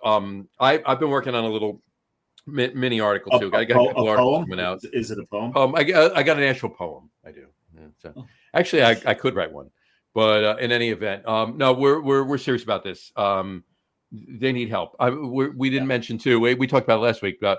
John, I'm not sure if you're aware. Zillicoa Brewing, which is up north. It's just north of Asheville. Washed away. The facility gone. It's just the water took it away. And when I was there, that was, when you travel and you travel around and you do your beer stops, and there's some of the things on your beer stop that you're planning on are a little questionable. And you get there, and it's one of the best places you've been on the trip. Mm-hmm. And it completely surprises you. Sure. And you're like, wow, I'm glad I didn't skip this. Zillicoa was that place for us. Mm-hmm. Highwire was the stumble in for us. That was like just completely non-planned. And those are cool too. But this was the, kind of that risk. Yeah, let's go visit there. And the staff was amazing. The space was very raw is a good way to put it. They took the space. It's not like they did a hell of a lot to it, but they just made it so serviceable and friendly. and the staff was great, and the beer is so damn good, and it's gone. It's just gone. That was that was the inside of the tap room. Yeah, right there. That's all and gone. And then that was the outdoor area, which was fantastic, right there. Yeah, it's amazing, yeah. And it's and I John can attest. During our last show, we started talking about this, and when Zillicoa came up, I don't know if John caught it, but I think I got a little choked up. He did. He actually just had to stop himself from talking for a minute. It was just because just we had such a good time there, and it's not that anybody else's grief is any less. It's just it was remembering what a great time we had there and knowing that place is gone. It's gone. It's gone. That's a brewery, and you know what? I hope beyond hope. I really do. I hope they open back up again. They're going to try. They said they were going to try. They said they were going to try. They have a GoFundMe. So of course they have insurance. Who knows what the flood is covered or whatever. But I hope they open back. And if they do, it's going to be one of the first places I go to the next time I go to Asheville. Oh hell yeah, friggin' It's and the thing is, if they go bye, that is some great liquid that's gone. Because not only was it a great space, a great staff, but they made really damn good beer. Yeah. The I think it was a Munich Pils that I had there that was just absolutely fantastic. It's a great spot. So, but we're so I'm sure there's many of these stories for other people who have been to Asheville, seen these places, had a great time in these places, and are mourning the loss of the great experiences that they had. 100%. You know what I want to do, and I'm going to put this out there, and we'll put this out tomorrow on all the socials and the website for that matter.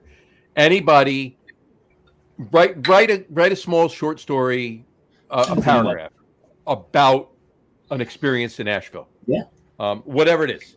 Anybody who's been there has had it. Within reason. Oh yeah. No, we don't need to know the person that you met and all right. Any beer story? the dark parking lot and no, but any experience you had in Nashville, something. Write a paragraph. Seriously, and we're gonna put them we'll put them together, and we'll put them almost like a collection, an ode to Asheville, right? Exactly. We'll put them together. We'll put them up in a story on a website. And we'll put them up on all the social media. And I hate to say it, but we may be doing the same thing in a couple of days about the Tampa area and parts of Florida. Because that storm is a freaking monster that's headed there, and it's going to barrel right in straight into Tampa. The current forecast puts it going right over Tampa, and Tampa Bay is. And don't forget St. Pete. Some of my favorite breweries in the area are in St. Pete, Cycle, Green Bench. Sure. There's just so many great breweries. Hopefully, these breweries, knowing where they are well insured. And I think the challenge in North Carolina is not that they probably have insurance against storm damage and fire and things like that, but again, probably not floods. Right? Probably not floods. Yeah. So they may because they're where they are on the coast. They may have. Well, he was talking about Asheville. In Asheville, I mean, they don't have flood insurance. Oh, in Asheville, I meant. I thought you were talking. I think in the Tampa area, although it's got to be expensive. Insurance in Florida has skyrocketed over the years. Oh, absolutely. It's only going to get worse after Helene and now Milton. This year, it's to the point where the state is offering insurance to people because some insurance companies have left the state, and some of them just have put the rates so high people can't afford it. And these storms are not going to help that. So, and I'm sure that's the same for breweries and businesses too, right? Exactly. Their insurance is probably ridiculous as well. So, and no offense to the breweries that are on the east coast of Florida, but Tampa St. Pete is such a concentration of some of the best breweries that Florida has to offer. Yeah, and Tampa's going to get hit by the storm surge of water, which the East Coast will not. The East Coast it's still going to be. They're going to get winds and rain. Wind and rain. Yeah, they're going to. Yeah, they'll get wind and rain. They're going to see about 40. They're going to see sustained 40-mile-per-hour winds with probably gusts up to 60 to 70. But they're not going to see the devastation that Tampa and St. Pete are promised. Promised is such the wrong word here. Threatened with. we can only cross our fingers that Yeah. it weakens a little bit before it It probably will, because as the storms approach land, they pick up forward velocity, so they start to move faster, but they lose wind speed around the eye. Luckily, that's what Katrina did, right? And look at the damage that it caused. Yeah, I mean, if Katrina had hit where it hit at the full five. Cat 5, Yeah. Right there. they'd still be. I mean, not that some areas of Louisiana are not still experiencing Katrina, but a lot more still would be. And and Katrina was 19 years ago. It was 19 years ago, and the distinction there's two things working with that is that thanks to global warming, those waters in the Gulf are the average temperatures are higher than they were 20 years ago, and they are feeding these storms. And that is these storms.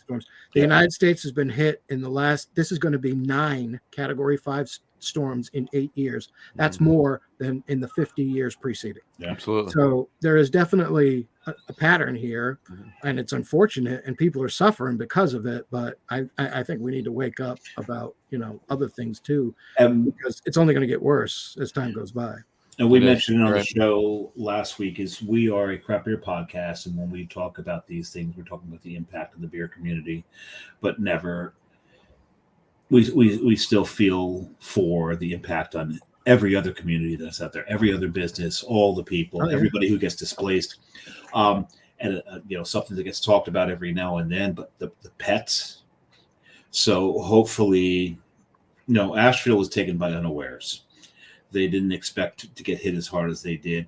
The one thing that I hope that people are following, because they've done this in other times when storms have hit, where they've taken Sharpies and they've written phone numbers in the bellies of their pets. And I hope that, in the Tampa St. Pete area, they're doing that so they don't get separated. It's bad enough to lose your home, your property, your belongings. Lose your pet, yeah. But when you lose a family member, more than likely you're not going to. Yes, we do see human deaths during this. They're kind of rare. But the separation, and your dog's right behind you. Speaking of pets, your dog is right behind you. But then to lose the family member that is a pet, that is actually so common during these events. So I hope that they're taking those around. My dog is 2 years old and fully capable of getting up on my office doubles as a guest bedroom, and she is fully capable of getting on this bed, but she will stand there and whine and wait until you put her there, because yes, I am at her beck and Daddy needs to put her on the bed. I got it. So to your point, there's no way anything could happen here without us taking the dog with us, but I get that point. The one thing that really, another thing about Asheville just disgusted me is, I don't know if you saw the one story, or heard the one story rather. The husband and wife in the house got taken away by the river, and the husband was able to, he grabbed onto a tree, but his wife went with the house and they can't find her. It's those stories are, because it's horrible. If you sit there and you watch, we watch what happened there, but just before that happened, northern Italy was the belting rains was Italy, Czechia. Prague got hit pretty hard by soaking rains and flooding. There was damage there. Italy, the flood waters wiped some towns away. Yeah. We're not just seeing it here; it's global right now. So, to your point, John, the climate change we're seeing, it's like, stop trying to deny this. It's just it's happening. You look at everything that's going on in the world, the melting of the ice caps. We're seeing a lot of ice cap loss. All this, they need to stop that. But this is supposed to be a beer show. Yep. All right. Before we get a little too morose, John, you wanted to talk a little bit about your weekend.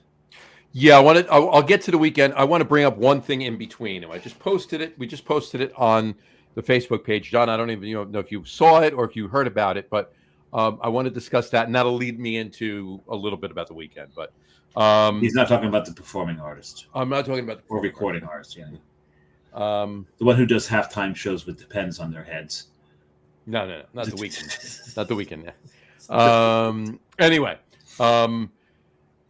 there is a. Let me get the actual name. Hold on, because I want to say it right. I don't want to. I want to screw it up here. Is the name Bob? No. Hold on. Different name. Where is it? Nope, it's not there. I don't have any Nutter left. Here we go.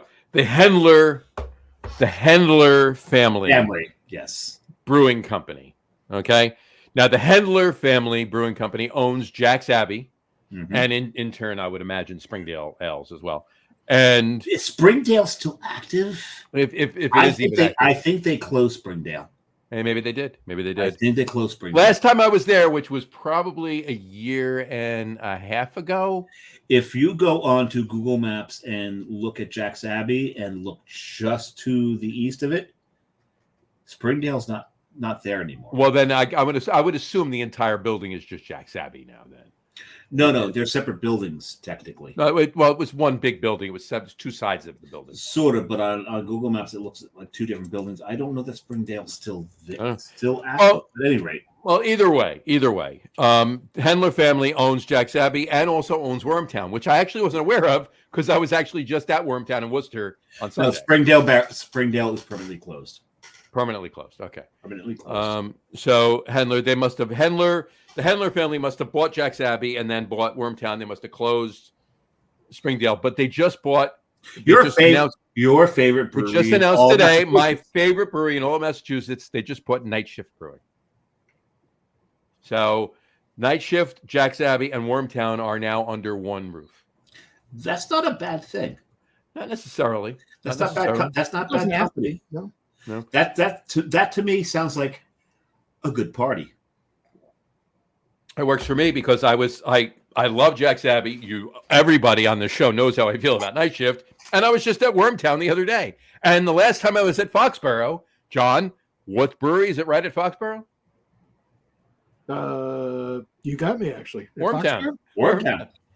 Oh, they're in Foxborough now? Yeah. They're in the mall next to Foxborough. Actually, I've been to that shopping center right next to the stadium, but they weren't there at the time. This was probably they've been there since years ago. COVID, actually, because before they were there just before COVID, I think. Just before COVID. Okay. So I haven't been there since then. But when I lived in Rhode Island, I went up there and I drank at that location of theirs.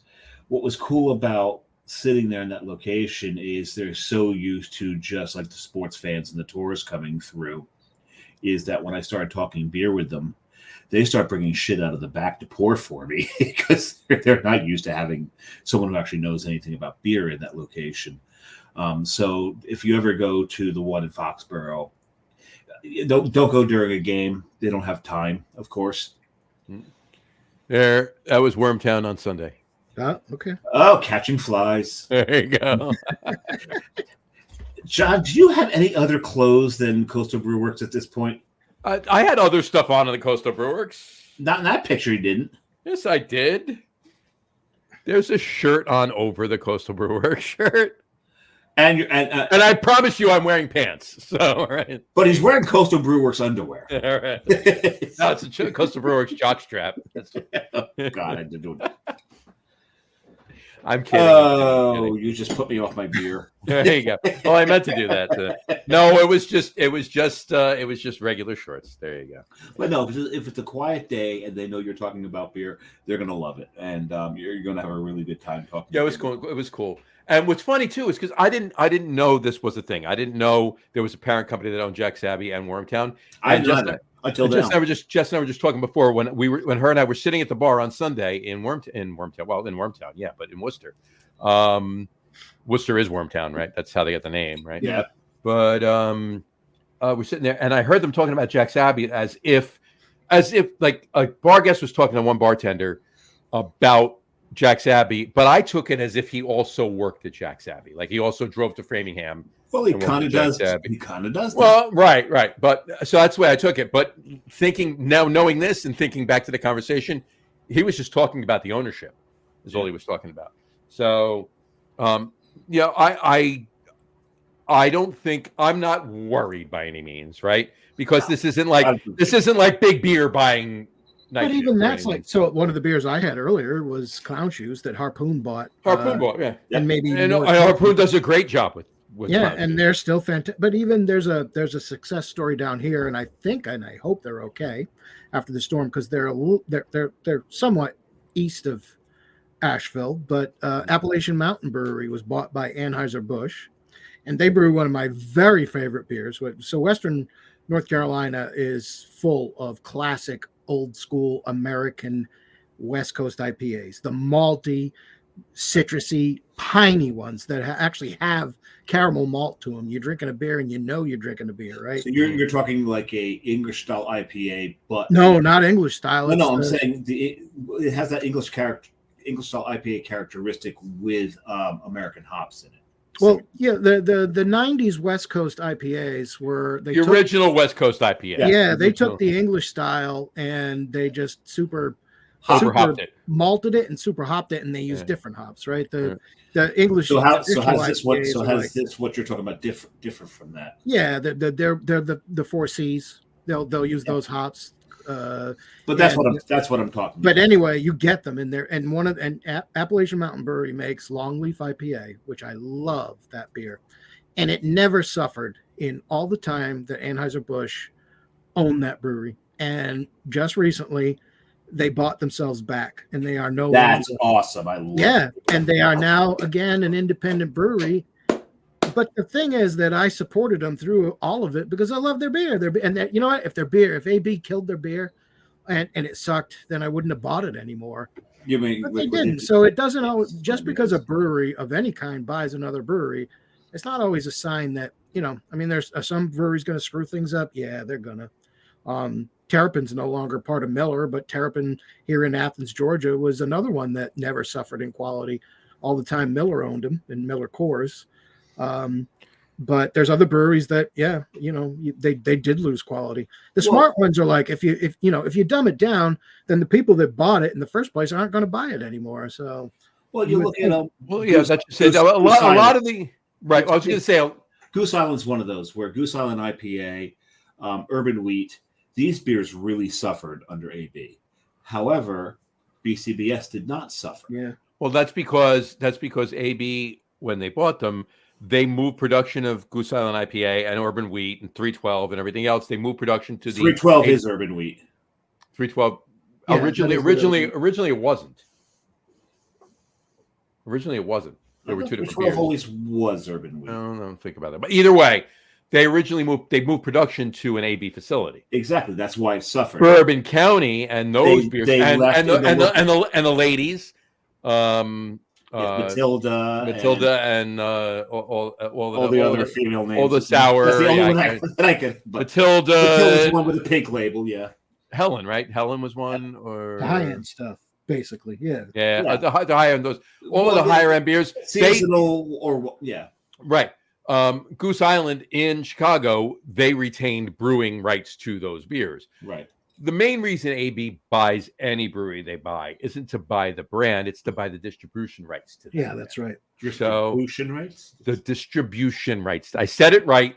You heard it wrong. The distribution rights. I'm just playing on the Halloween aspect of distribution rights. The distribution. There you go. Anyway, you can boo me for that one. That was scary good. It was scary. That was scary. But yeah. So that I'm getting booed by the Peanut Gallery. There you go. That's what you did there too. And that's what they did. Whatchamacallit, Doug Smith just said Goose Island is trash. Not all of and it, but yeah. And IBA Island. I think he wanted to. I think he typed InBev and autocorrect changed it to Island. There you go. No, I get what he's saying here. It's AB Island. It's Anheuser-Busch Goose Island combined together. There you go. I get what he's saying here. I'm with you, Doug. I'm with you, Power. Brian Boak just commented into. He says second beer, Lost Colony, Hatteras. You're Irish only Red. on your second. No pumpkin beers for me. I'm about to open my fourth, Brian. Brian, you're an amateur. Brian and I will be drinking all wait a day. second. But he is 75 years old, so we gotta Just stop it. Brian and I will be drinking all afternoon and evening in East Rutherford on Sunday together. So thanks for telling me that you're going this Sunday, because so we'll he'll have more than 2 in 3 hours at that point. And he normally does. He normally does there too. And he says he's a friend. So who, me? I'm sorry. Yeah, we were gonna decide which games we're going to this year. Hey, it was a last minute thing, and yeah, that's why. I know this is why, Brian. You don't have to say it. He's enjoyed many for his birthday yesterday and the day before, so he's taking it easy tonight.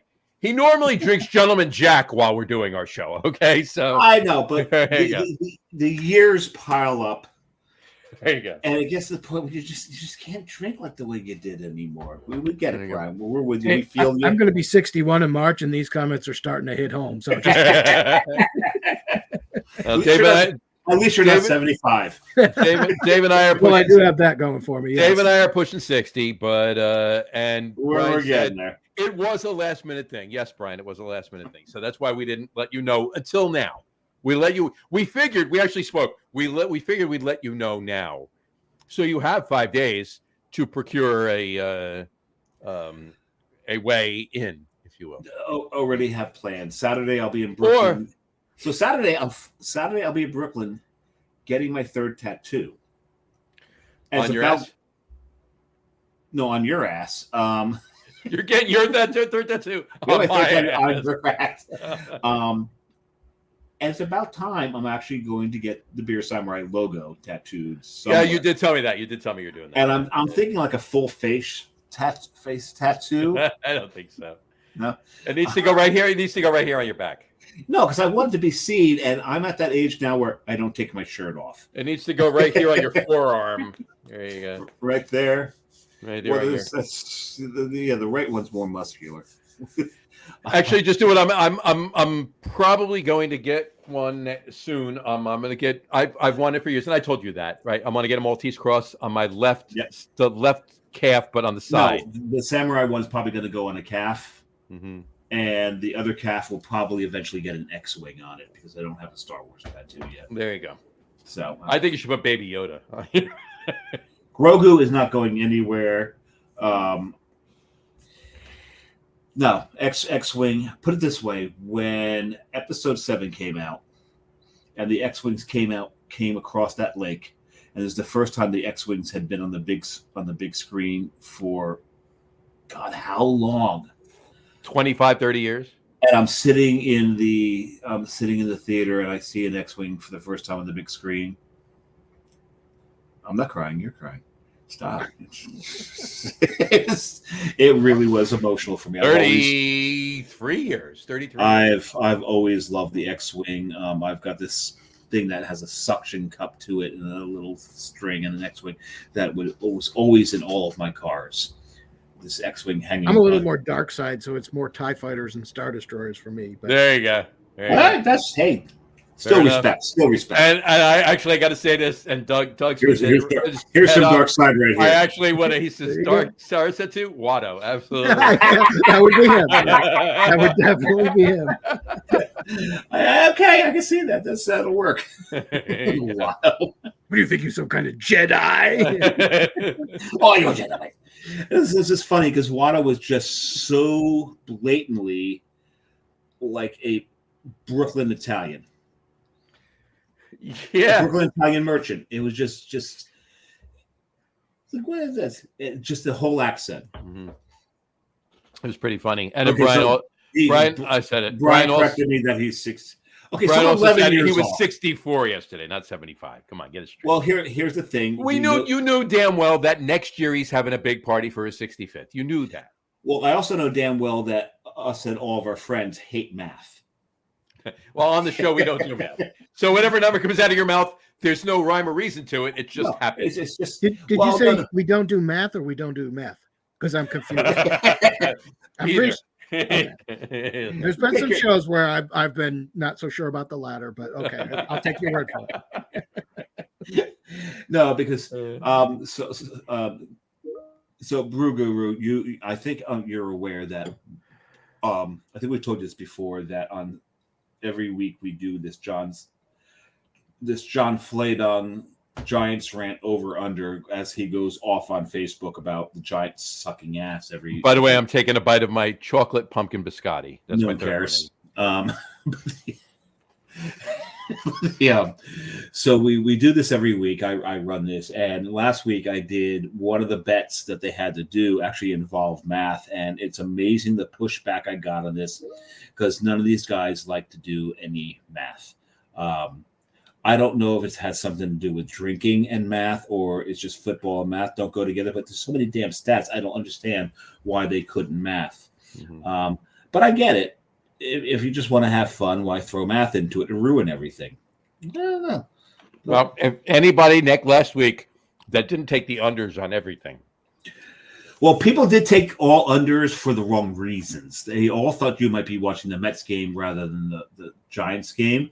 And it wasn't until after the game had started, everything locked in, that I let everybody know that John's on the road. He's not watching the game.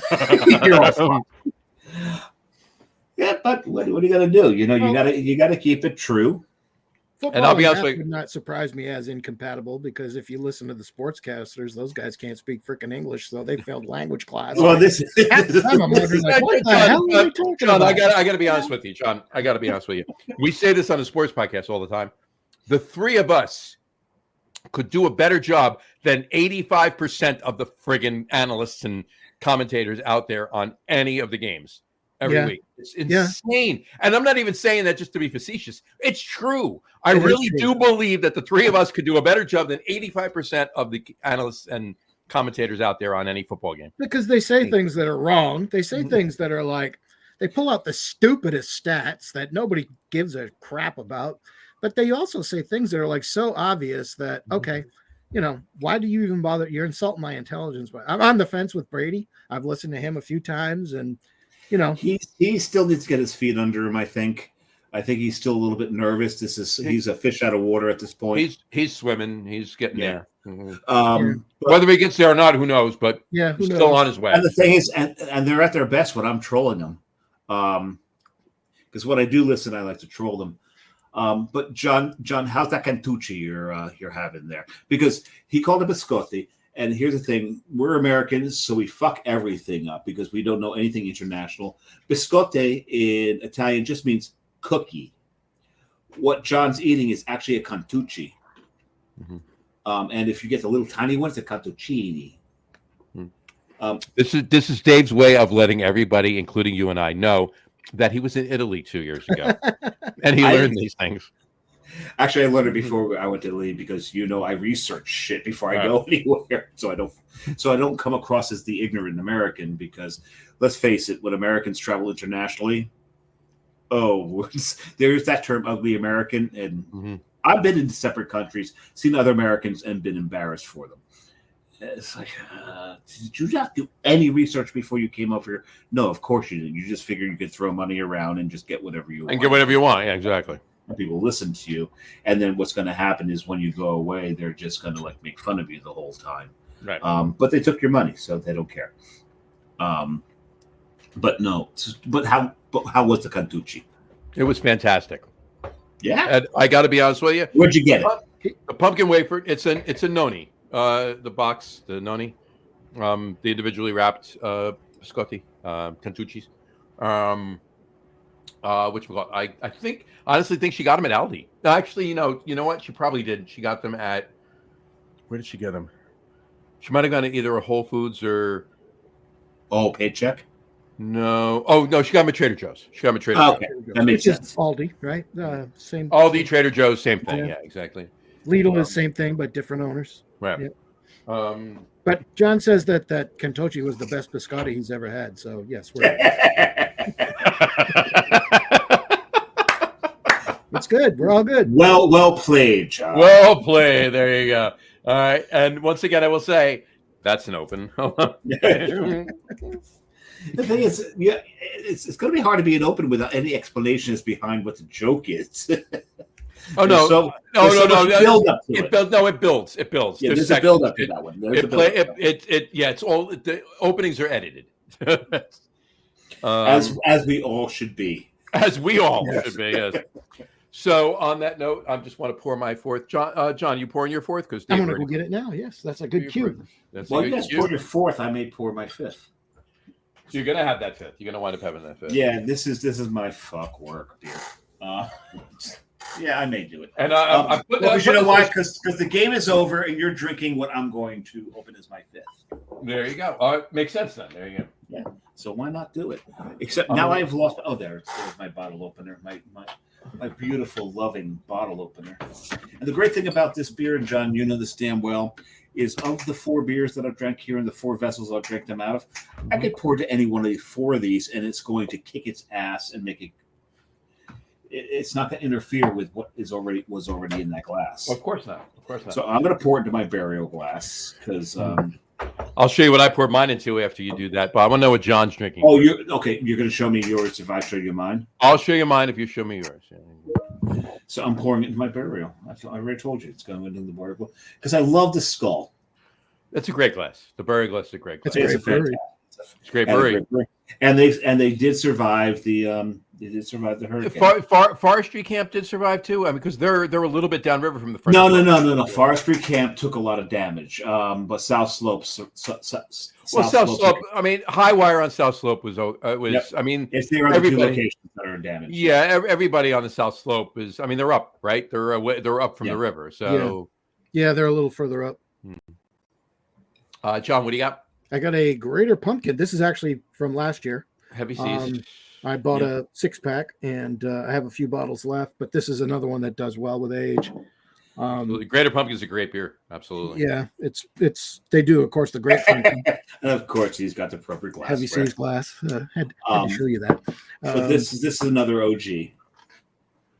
But yeah, it's one. It's probably not in my top 3 of all time, but it's pretty damn close. It really is a great beer. So. It is. And the thing about Greater Pumpkin is didn't they do a Great Pumpkin and they did the Greater Pumpkin? Yeah, but I think the Pumpkin was an imperial version of the Great Pumpkin, right? The Great Pumpkin is a greater pumpkin is barrel aged. Yeah. Oh, that's what it was. Barrel aged. Yeah. And I think it's a little stronger than the Great Pumpkin. It is. It's like a 1.5%, 2% higher. Yeah. And Heavy Seas, their barrel programs, their barrel programs strong. Same state. There you go. Yep, same state. And John and I are now drinking from beers from the state that the team that the Mets just beat. Well, let's knock on wood before we say that. Hopefully, they win tomorrow night, and then. No, but they beat today. They beat them today. But I'm gonna put now. This is the beer that we're having, and I'll throw it up right here. Mine is this bottle, and yours is that bottle. There you go. Is yours from last year? This year? A couple years ago? Mine is from last year. So apparently, I'm allergic to this beer. I doubt it. Yeah, mine's from last year as well. I poured it in a glass specifically for you, and it kind of ties in. Which you are you talking about? This is you, or Dave. Oh. You, Dave. It's a nice vessel. It also is. Well, I'll just show you. There you go. The Gray Sail Tap Room. But that's for both of us, right there. There you go. Birra e Boce. Birra e Boce. There you go. Because John and I both have ties to. John's got stronger ties to Rhode Island than I do. He was there longer than I was. I don't know. I may have developed just as much of love for the state in the 1 year that I was there. What's funny is the two of you, John, you were there longer than Dave, but I've been there more recently than both of you. So I can fix that. Well, I was born. I'm going again. That. I'm going again in 6 weeks. So there you go. Yeah, I got to get back because I have family there, right? But John, you got to let me know when you go back. I'd love to be in Rhode Island. John, if you go up there, Dave and I are both coming up at the same time. Oh, yeah, cool. I would love to be there. I would love to visit some of the breweries. Well, I mean, if I'm driving, I'll swing by New Jersey first. Well, you should do that. Yeah, that's what I did. Last time I was there was 2015. I was in New England and I drove then. But it might be a flight this time. So however the cards play out, I will let you guys know. Let us know either way. Yeah. And if you do drive and you stop in Jersey first, we do a couple things and then we'll follow you up to Rhode Island. Yeah, because I got family there too. So yeah, we'll stalk you. But my time up there, because I ran an operation up there, and my employees, there's a couple from Massachusetts, most from Rhode Island, and it was during COVID. We were still working, and after about 3 months, a lot of the employees that I had said, "How is it you already know our state better than we do?" I'm like, "Because people don't move anywhere. You don't go anywhere. Anything that's over half an hour, you think you need an overnight stay." Yeah. And whereas me, I hit every corner of that state within the first 6 months that I was there. Fell in love with so many. Little Compton's a place you can't really explain to people. And next time I go, I need to get Carrie over to Little Compton to show it to her, because it's a hard place to explain. You have not lived until you've had a chow mein sandwich in Pawtucket or Central Falls, Rhode Island. I'm just telling you. You can't. You can't. No. I'm gonna rephrase that for you. You can't claim that you have survived life until you have had a chow mein sandwich in Pawtucket. In my younger days of beer drinking, in my teens, we used to drive. Well, of course, my grandparents lived in Pawtucket, so we had other reasons. That's why I lived in Pawtucket. But we would drive up there and get a bag of 20 chow mein sandwiches for 10 cents each. A bag of 20? Jesus. A bag of 20, a case of beer. It's a good day, right? We wouldn't eat and drink it all ourselves. Well, I might drink all the beer myself, but in those days, we would split the sandwiches up a bunch. And then in the 90s, it was a travesty because they went up to a quarter. So it was like, oh my God. It was horrible. You talk about inflation now.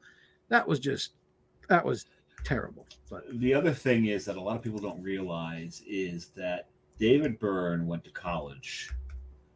From Talking Heads, he went to college in Rhode Island. He went to RISD. Yeah. And the same as it ever was. When he's doing the thing across the arm, they don't realize he's doing hot dogs. Mustard. Onions. No, not mustard. No. He's lining up the hot dogs. He's lining up the hot dogs. It's not mustard and onions. It's a meat sauce.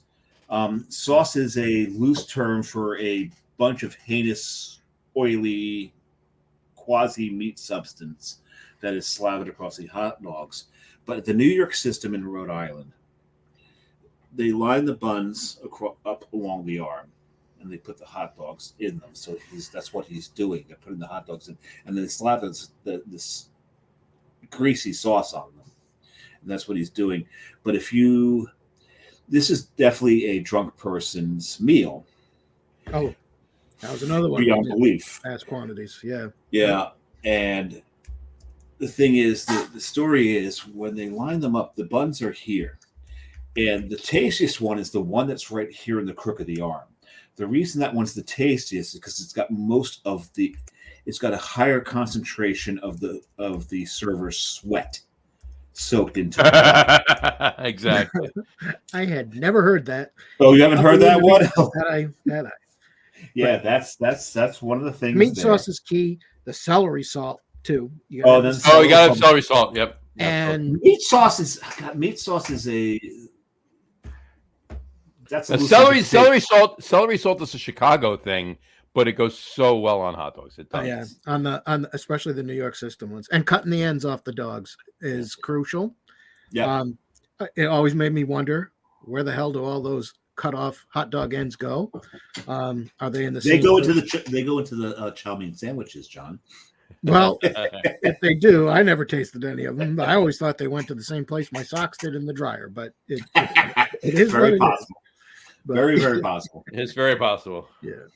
But I really have a really strong desire to get back to Smug Brewing to see if the thing about Smug Brewing, it will always have a very special place in my heart, is the first place in Rhode Island I ever walked into that they looked at me, "Hey, Dave." And that is when you are a transplant.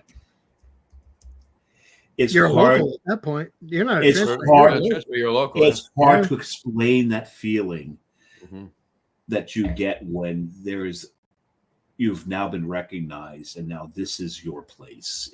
That was special. That's why Smug will always. I don't care what they do. they could spend a day just murdering everybody that's in the tap room. They'll always be special to me for that. No, 100%. Yeah, that'll probably not be. On that note, you're talking about New England and all of that, though. I want to bring this up. So, and what I was saying before about obviously night shift leading me into where I was talking about we were at Wormtown, we were up in Worcester, and I got to say, and Dave, I told you this before, but I was 45 minutes west of Boston, and didn't go to Boston. That's how good it is. That's no. That's not how good it is. That's how much it hurt me not to get in the car and drive 45 minutes east to Boston. All right, I did. It was family. Had to do. It was a family thing. But here's the thing. To that point, I can go Rhode Island, spend the day in Providence, Pawtucket, get out to Little Compton, get out to Foster Gloucester, go to Grace Ale Brewing. You know, all these places. Well, that's on the opposite side of the state. But not miss Boston. You're an hour away. Yeah. And I won't miss it because I'm in fucking Rhode Island. And this was an adopted home of mine, and I miss it dearly, and I love Boston. Don't get me wrong, I love Boston. It is a great state. It is small, and you know, people talk about that and joke, but it's mighty. It really is the truth.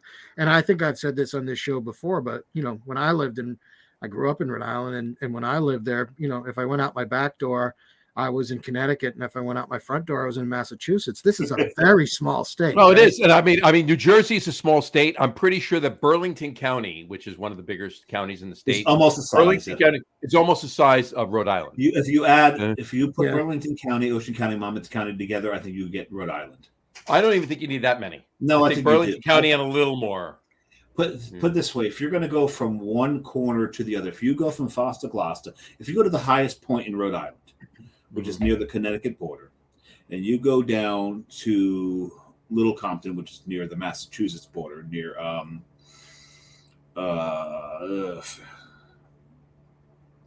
forget the name of the body of water. At any rate, town. This starts with it's not so much a town, but it's but down there. You go from one corner to the other. You can do it in an hour 45. You could just less than that. Less than that. Yeah. Way no, less. It's less than that. But if you're obeying the speed limits and not driving the way most of us drive, you could walk it in an hour and 45. You can walk it in an hour 45. You can drive from Providence to the furthest south point in Newport. Remember, now, Providence is the center of the state. In a little north of the center of the state. Yeah, I'm saying in like 25 minutes, you can drive from Providence to Newport. Literally, I always thought, you know, like you said, when you live in Rhode Island. I mean, I lived in West Warwick and Pawtucket. I mean, Providence was like, oh, you got to pack a lunch to go to Providence. That's like, you know, but now it's all about perspective, right? I mean, sure. Georgia, where I've lived for the past 20 some years, is literally the same size of all of New England. So, yeah, right. You know, I used to think it was a long drive going to Portland. I used to love going to Portland all the time, but that's not even that much of a drive. That was like 2.5 hour, 3 hour drive to get to Portland. It's just 6 hours from Jersey. So yeah, but that's what I enjoyed about living in Pawtucket. It was like so central. You're right on the Massachusetts line in Pawtucket, right? So yeah. No. You're just a little north. Yeah, Attleboro is right north of there. So. I got home to Belmar, which is halfway down the state on the shore, from Treehouse in 3 hours, and I wasn't speeding much. When I'm talking about that time from one corner to the other, you've got to remember you're looking at some back roads. You're not looking at if you're driving on a 25-mile-an-hour road, yeah, of course it's going to take you. Especially if you get to Little Compton. And if you get into, I forget what town Grace Sales, and if you're going the other opposite corner, Westerly. Yeah, so right if you're going westerly up into Cumberland, up into that region, you're also not only looking at side roads, but you're looking at choked side roads. Westerly gets choked with the tourists and people to park. So if you're going from Taylor Swift's house all the way up into the namesake of Cumberland Farms. because Cumberland Farms is another Rhode Island. That's a Rhode Island company right there. And I still get my my emails from SmartPay. John knows SmartPay. I saw the little smile there. He knows what SmartPay is. I know SmartPay. Yeah, there you go. We don't have any Cumbies down here. They got them in Florida, but Savannah's there's your true Rhode Islander right there. Yeah, Cumbies. Yeah, never ever Cumberland Farms. What's the one chip that you got all the time at Cumbies? So the thing about Cumbies, if you ever get to a Cumberland Farms, go through the snack aisle and find those honey cheese doodles. Oh, the honey cheese doodles. The honey cheese doodles will turn you into an addict.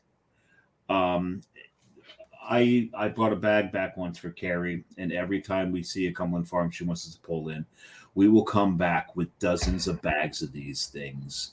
And I'm MSG sensitive, and these things are choked with MSG. I will go through 3 bags and suffer with the migraine. I don't care. They're that damn good. Oh, they're that damn good. So, John, if you've never had the honey cheese doodles from there, well, you know what? Here's what we'll do. Memories of Cumbies are going at lunchtime when I was in my younger days, when I was broke and didn't have a lot for lunch, and getting those Superior Bakery pizza strips. Oh, yeah. Rhode Island pizza strips with just tomato sauce and oil, right? The broccoli pies, the spinach pies. I mean, $1.09 you could get them, and $1.09. You're done. $1.09. $1.09. Here's what you're gonna do. You go to Rhode Island. Next time you go to Rhode Island, you're driving. You stop in Jersey. We'll do some stuff in Jersey. Take you around. We'll get some beer. We'll do some things, and then we'll follow you to Rhode Island. We'll get in trouble. We'll evade the cops. Don't worry about it. We'll get up. We'll get up to Rhode Island. We'll do our stuff up in Rhode Island. Johnny's still got his firefighter badge. We'll be okay. Exactly. We'll go to a Cumbies. We'll get some of the pizza strips, and we'll get the honey cheese doodles too. Well, I may get a taste of Jersey before that, because Savannah's getting a Wawa. Several Wawas. So. You're getting a Wawa. Yeah, we're getting some Wawas. Not for nothing, John. Wawa is not necessarily a taste of Jersey. Wawa is a taste of Philadelphia.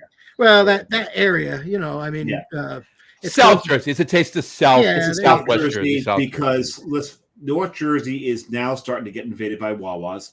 We're loving it. I love the Wawas. I have no problem with Wawas. I have no problem. So Wawa, because Quick Check needs some competition here, and the two of them have conspired. Well, yeah, they've conspired to kick 7-Eleven in the nuts. Oh, that's what it is. But you're done. But as much as Quick Check and Wawa have conspired to kick 7-Eleven in the nuts, I'm in Belmar within, and I'm not even exaggerating when I say this. Within 3 square miles, there are 9. Not even within 2 square miles, there are 9 or 10 7-Elevens. In Belmar alone, there's 3. You know how big Belmar is? It's about 3 square miles. Belmar is the Rhode Island of New Jersey towns. No. That would be Guttenberg is the smallest, but Guttenberg is the smallest. That's a half-mile square. And we hardly have any 7-Elevens down here anymore. Guttenberg is 2 towns away from me. We're starting to get Buc-ee's. It's a Buc-ee's. Which Buc-ee's is actually pretty good. Oh, those little butter cookies. Have you had those little butter cookies? Not but the brisket sandwiches. Oh my God! And the in April, Buc-ee's. Carrie and I are going to Austin and San Antonio, and part of the plan is to hit the Buc-ee's between the two of them. Because one, she really likes the lip balm they have there, but those butter cookies. So yeah, we need to experience a Buc-ee's. Oh. You have to try the in-house made potato chips. They are so really good. When they put them out, they just fly. People just rush up to the stand and grab those things, and they're gone. And apparently, one of the Buc-ee's has a river of mac and cheese in it. I that has to be an IA generated thing. That can't be real. Yeah, I don't know about that. But if it is, I'm diving in. And you're never getting me out of there. That's just wrong and right in so many ways. But yeah, we'll be hitting that. And also, John, I may have to see if we can hook up. So my son and I in January. He's now in Columbia, South Carolina. My other son was in Columbia, South Carolina, but he is now stationed in Okinawa, Japan, with the Air Force. So my other son is now looking after his cats at his apartment in Columbia, South Carolina. Him and I are big geocachers. We want to geocache from South Carolina to New Orleans. Well, we'd be going through northern Georgia if we did that. So I will give you the dates, let you know where we're going to be. South Carolina to New Orleans, from Columbia? Yep. Yeah, you go through, you will go very close to, if you don't go through North Georgia, you're going to go through Atlanta. Well, we're definitely going through Atlanta. Yep. We're, because the oldest geocaches in South Carolina and Georgia are. Yeah, and I'm like an hour from Atlanta, 45 minutes. Yeah, so we'll let you know, and maybe, and the one thing that we want to do is there's a big market in Atlanta that we want to go to. I forget what it's called. Big market area in Atlanta. That's damn it, I had a pin. Near the Crocs Market near. That's Crocs. Yep, Crocs. Yeah. Yeah, there's a lot of good breweries in that area too. So I'm aware that my son is too young to drink right now, so I'm a designated driver. There you go. And we'll be in his car. So. Yeah. Well, all right, I'm going to catch up on a couple things really quick. Doug Smith, those are all Doug Smith comments. I'm just going to catch up on them really quick. He's the only one that's hung with us, so okay. He'll be, no, we still have a bunch of people watching me. He's the only one commenting right now. Doug Smith says he'll be in Rhode Island in a few weeks. He said New York system wieners all the way. The wieners come in a rope. That is why they are cut, Brew Guru. Yeah, they make one long one and they twist them and tie them. But if you cut the ends off of both of them, that's a little different. You just need to stick between them. So I don't buy that, Doug. Sorry. All right. Which we got? I'm saying Worcester wrong. It's Worcester. Worcester. Not Worcester. It's not Worcester. It's not Worcester. It's Worcester. I'm sorry. I mispronounced my one vowel. So there you go. You put an R in there. Well, Doug and I were talking on our group the other day that I was in Worcester, but I didn't actually say Worcester in typing. So yeah, I would dispute that. It's always been Worcester. It's Worcester. Yeah. I think Doug's got that. And I got a guy that I agree with Guru here. It's Worcester. Yeah, I've been saying Worcester for many years, but Doug, you lived up there. I didn't, so now they have the Worcester socks rather than the Woo socks. The Woo socks. Right. Yeah, I got a guy I hired about 6 years ago that's from East Boston, and he calls it Worcester. So he probably knows even better than John and I do. It's Worcester. We always call, and I actually worked there for a month and a half training for Fleet Bank back in the 90s, and we always called it Worcester. There you go. I was at Polar Field. Woo socks the other day, right there. We used to drive by every day going to work because I commuted from Rhode Island. I would drive by the Polar Soda Factory. Yeah, right there with the big hair on the roof. There, yeah. Is to walk through my call center, which I don't do because I've been remote for so long. But when I used to, and hear the reps down here get a call from up in Mass and verify an address as Worcester. So it is definitely Worcester. No, we can all agree that's wrong. Yeah, it ain't Worcester. So. I've never called it Worcestershire sauce. Oh, my favorite thing is someone once referred to it as wash your sister sauce. Well, no. There's a guy in Texas that actually released his own version of Worcestershire sauce, and he calls it wash your sister sauce. Wash your sister sauce. But the thing is, when I moved to Pawtucket, the year that they moved to Worcester. Which is not Pawtucket, as some people call it. That's not Pawtucket. It's Pawtucket. There's no W. There's no W in there. It's Pawtucket. Yeah. Or, if you're more familiar with it, it's just the bucket. The bucket. There you go. Yes, I lived in the bucket. Yeah. Then Doug said Fall River, Dave. Oh, please don't talk. Let's not talk about Fall. Yeah. If you want great tacos, you go up the Fall River. Yeah. And it's RIVUH, River. Fall River. River. Right. Fall River. The best tacos in the whole state. Then he said Superior Bakery closed. Yeah, that sucked. Yeah. And then he said, I've never heard anyone call Cumberland Farms Cumbies. You've never?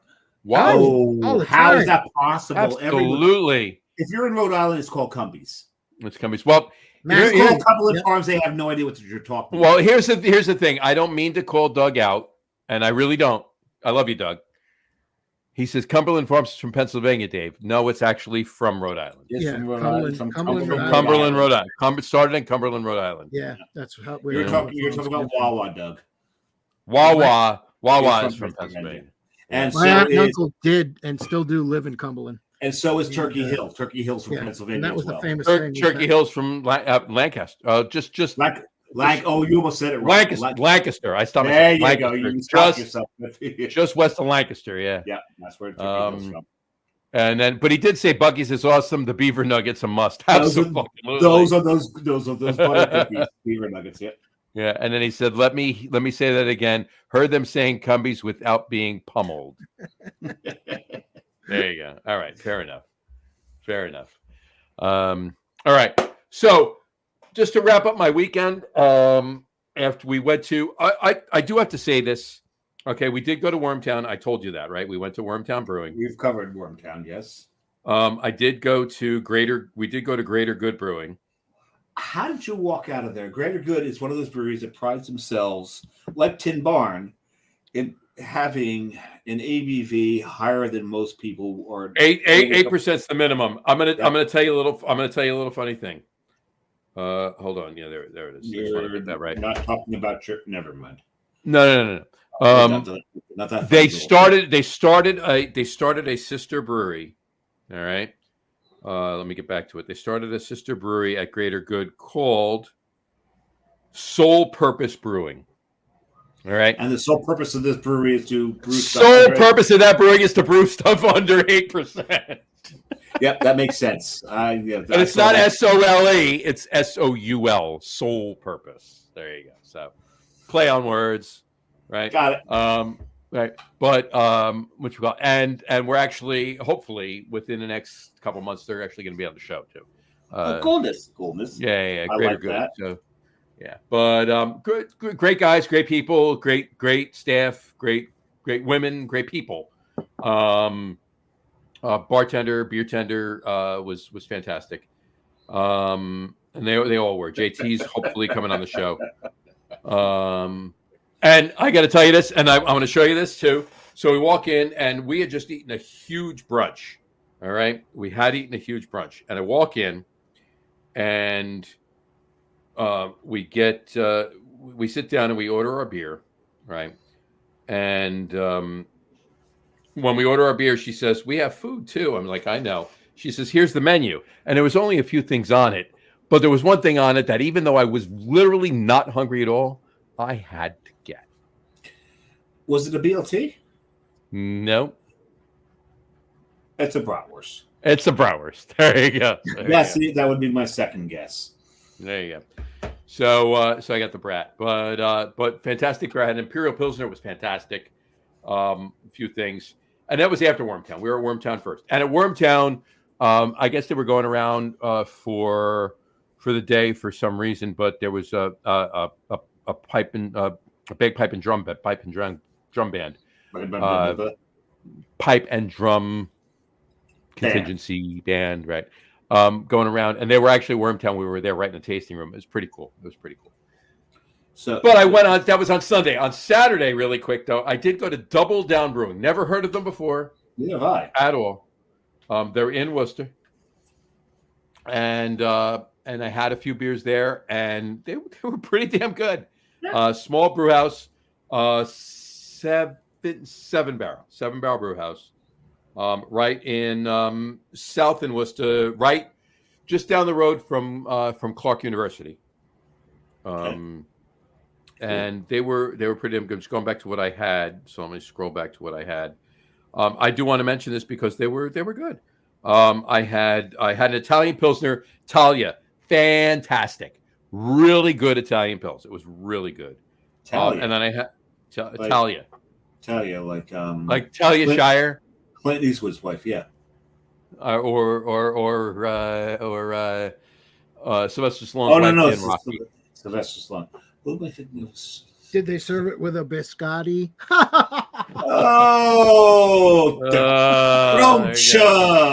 No, they did not. They served it with a Cantucci. It's Cantucci. That's what I was hoping you'd say, Dave. You knew it was going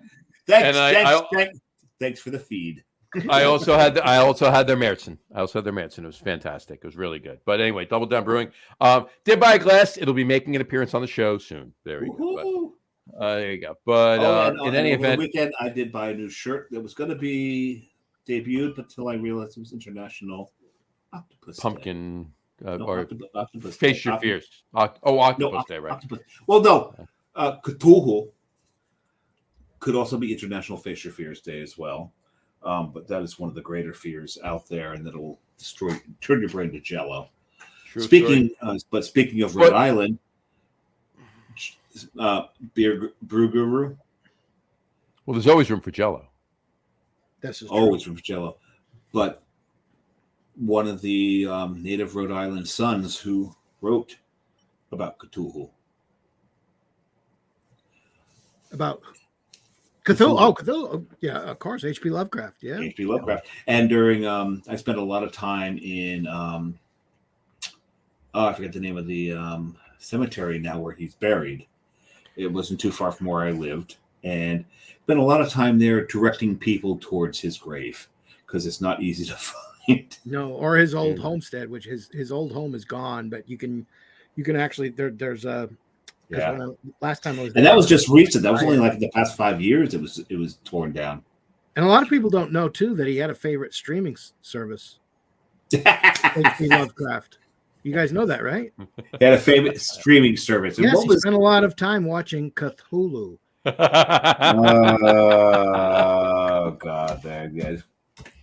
Oh, there you go. Oh, very nice, very nice, very nice. Stay with me, Dave. I'm pretty sure I used that. What you did before, there, but I get you guys every time with it, so that's even more fun that way. Right? Thank you, HB, wherever you are.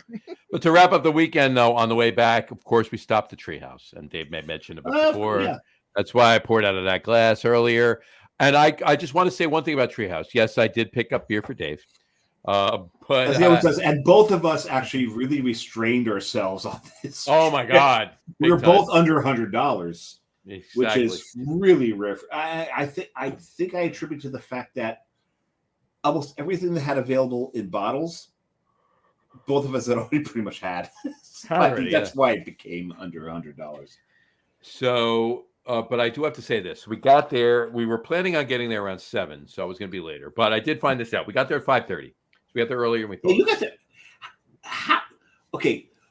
In what universe is John Fladung early?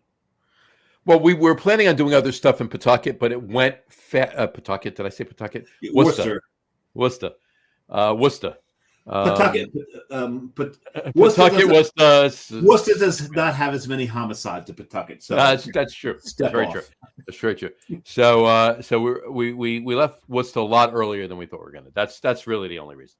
But in any event, we got there early. I did find out that they do not have any more limits on draft pours. That's good to know. That's dangerous to know. Except as it gets closer to last call. Okay, the closer it gets to last call, they limit you. Like at like 3 hours before, they limit you to 3. 2 hours before, they limit you to 2. 1 hour before, they limit you to 1. But the 1 is a 16-ounce pour. You can do it, and you can split it. Right? You can do a split. Right. So in any event, before 3 hours before, have at it. Right. I'm gonna quiz Staradumsky for a second here. John, who am I quoting here when I say no school Foster Gloucester? Salty Brine. There you go. There it is. He's got a beach named after him. He does. That beach at one point exploded. Yeah. Remember that? Injured a woman pretty badly because the piping underneath let off so many gases that the beach friggin' exploded. And if you want to see that beach, just take the ferry from Rhode Island over to Block Island. We used to love that because we would listen to Salty say, no school, Foster Gloucester. And we say, fuck it, we ain't going to West Warwick either. And Foster Gloucester is probably one of my favorite sections of the state because it's the only part of the state that has pine trees. You're right. It really is. It's beautiful up there. But the one thing I wanted to point out about cider donuts. Really quick. You can get cider donuts in Foster Gloucester. Yes, you can. Ladies and gentlemen, you are now listening to the Rhode Island portion of the Locker Room Guy. Well, we got Sean and I on the show. So what do you? This is the best part of the show you've been waiting for. The one thing I do want to Ocean State. Let's hear for the Ocean State. There you go. They're not on the ocean, but that's okay. Exactly. Well, I am. So. Well, they're on the ocean. No, I mean they're on No. Block Island Sound. They're on Block Island Sound, which is an arm of the ocean, but they're technically not really on the ocean. Right, exactly. But I mean, Block Island Sound is you can get to Block Island Sound from Montauk too. So I mean, Yeah. You can get them. You can get there also. Yeah, from Montauk and from the North Shore as well. Right. So anyway, so the one thing I was going to say about Treehouse though, and I want to point this out now in this day and age when there are issues with the craft beer community and beer sales kind of going down a little bit between seltzers and your high noons and your canned cocktails and your no alcohol and your nut and a drinks and your Gen Zs drinking a lot less alcohol but smoking a lot more weed and the THC drinks and so forth and so on. Jess and I, we pulled into Treehouse at 5:30 p.m. on a Sunday. Okay, they closed at 8. We pulled in at 5:30 p.m. On a Sunday. They were parking cars in the lower lot. They were packed. That entire building was slammed and packed at 5:30 p.m. on a Sunday in the beginning of October. Slammed and packed sounds like something that someone that Tom Mullaville knew in college. Yeah. Well, it may very well be, actually. I don't know how to take that, but yes. But I digress. Yeah. But I digress. There you go. But in any event, it was. You know what? I mean, I was elated and jealous at the same time, and also annoyed that you had to walk so fucking far. No. I actually. You found a spot up in the upper lot. I went up. I said, "Screw it! I'm going to go up and look," and I found a spot. So there you go. Cheers to you for that crap. That's always beautiful when you can find a spot in the upper lot. But I think inevitably all of these, and I'm going to put them in the category of fad breweries, right? The fad breweries are breweries that have a huge cult following and it drives outrageous demand. But by the fickle nature of beer geeks, they move on to another one. At some point, there are other breweries that come along and they seep off some of that demand. Down here in Georgia, Wild Leap was like that for a little while. Creature Comforts, probably even more so. Mm-hmm. Sure. You couldn't get their beer to save your life, but now it's everywhere, right? Because they've moved on to the next thing. And these breweries realize that the things they could get away with, like limiting how much beer you could buy on premise, they've got to change that, because if they don't, they're people are just going to go elsewhere. I'm going to disagree with you, John, for a couple of reasons. One, like John said, they removed their limits, but Treehouse is smart. They've got one of the smarter business models out there. By the way, he's disagreeing with you about Treehouse, not about anything else. Not about anything else. I'm disagreeing with him about Treehouse. This is where I was going to go, but he'll say it. Yeah. Because they made their name being an IPA house. Let's face it, Julius and Green is what made this brewery. Yep. Then they altered and they went to the dessert stouts, because that was the thing that was going right now. They have such a strong lager game, and they've got a very strong Rauch game right now. They move with the tide. They know not only do they know what's popular, they know what's going to be popular. They retool themselves, they reinvent themselves, they make themselves relevant. They're kind of like the Madonna of the beer world, where Madonna for the longest time. Now, eventually, will they get to the point where they've got like this big golden grill and are haggard and old? Yes, that will happen eventually. But they know how to keep themselves very relevant in the craft beer world. And all of that is 100% true. However, the kicking factor behind all of that is the fact that if you want to buy a Treehouse beer, you need to go to Treehouse to get it. Yeah. They don't distribute one drop of beer any of their properties. And there's so many breweries that this has been their death knell by standing behind that. Treehouse, this has been their business model, and that's what's made it has helped make them. It has helped shore them up. It has driven business to their locations to the point where they've been able to open, 5 locations now, John? 5. About to open a 6th. Then they're about to open a 6th. And outside of New England, too, in New York. But in, yes, they had to close one of them at one point, right? right. But other than that, they're very, very business savvy. And when you get people that can brew great beer and have business savvy, that's the key. Because let's face it, there's so many breweries out there that are just not business savvy. They know their beer. They don't know business. When you combine the two, that's where you get your success. That's true. But I also think that their model will work until it doesn't. And 100%. 100%. Of course. It's like so many others that have been, Wicked Weed is a classic example. I think their prestige, the quality of their beer has not gone down. No.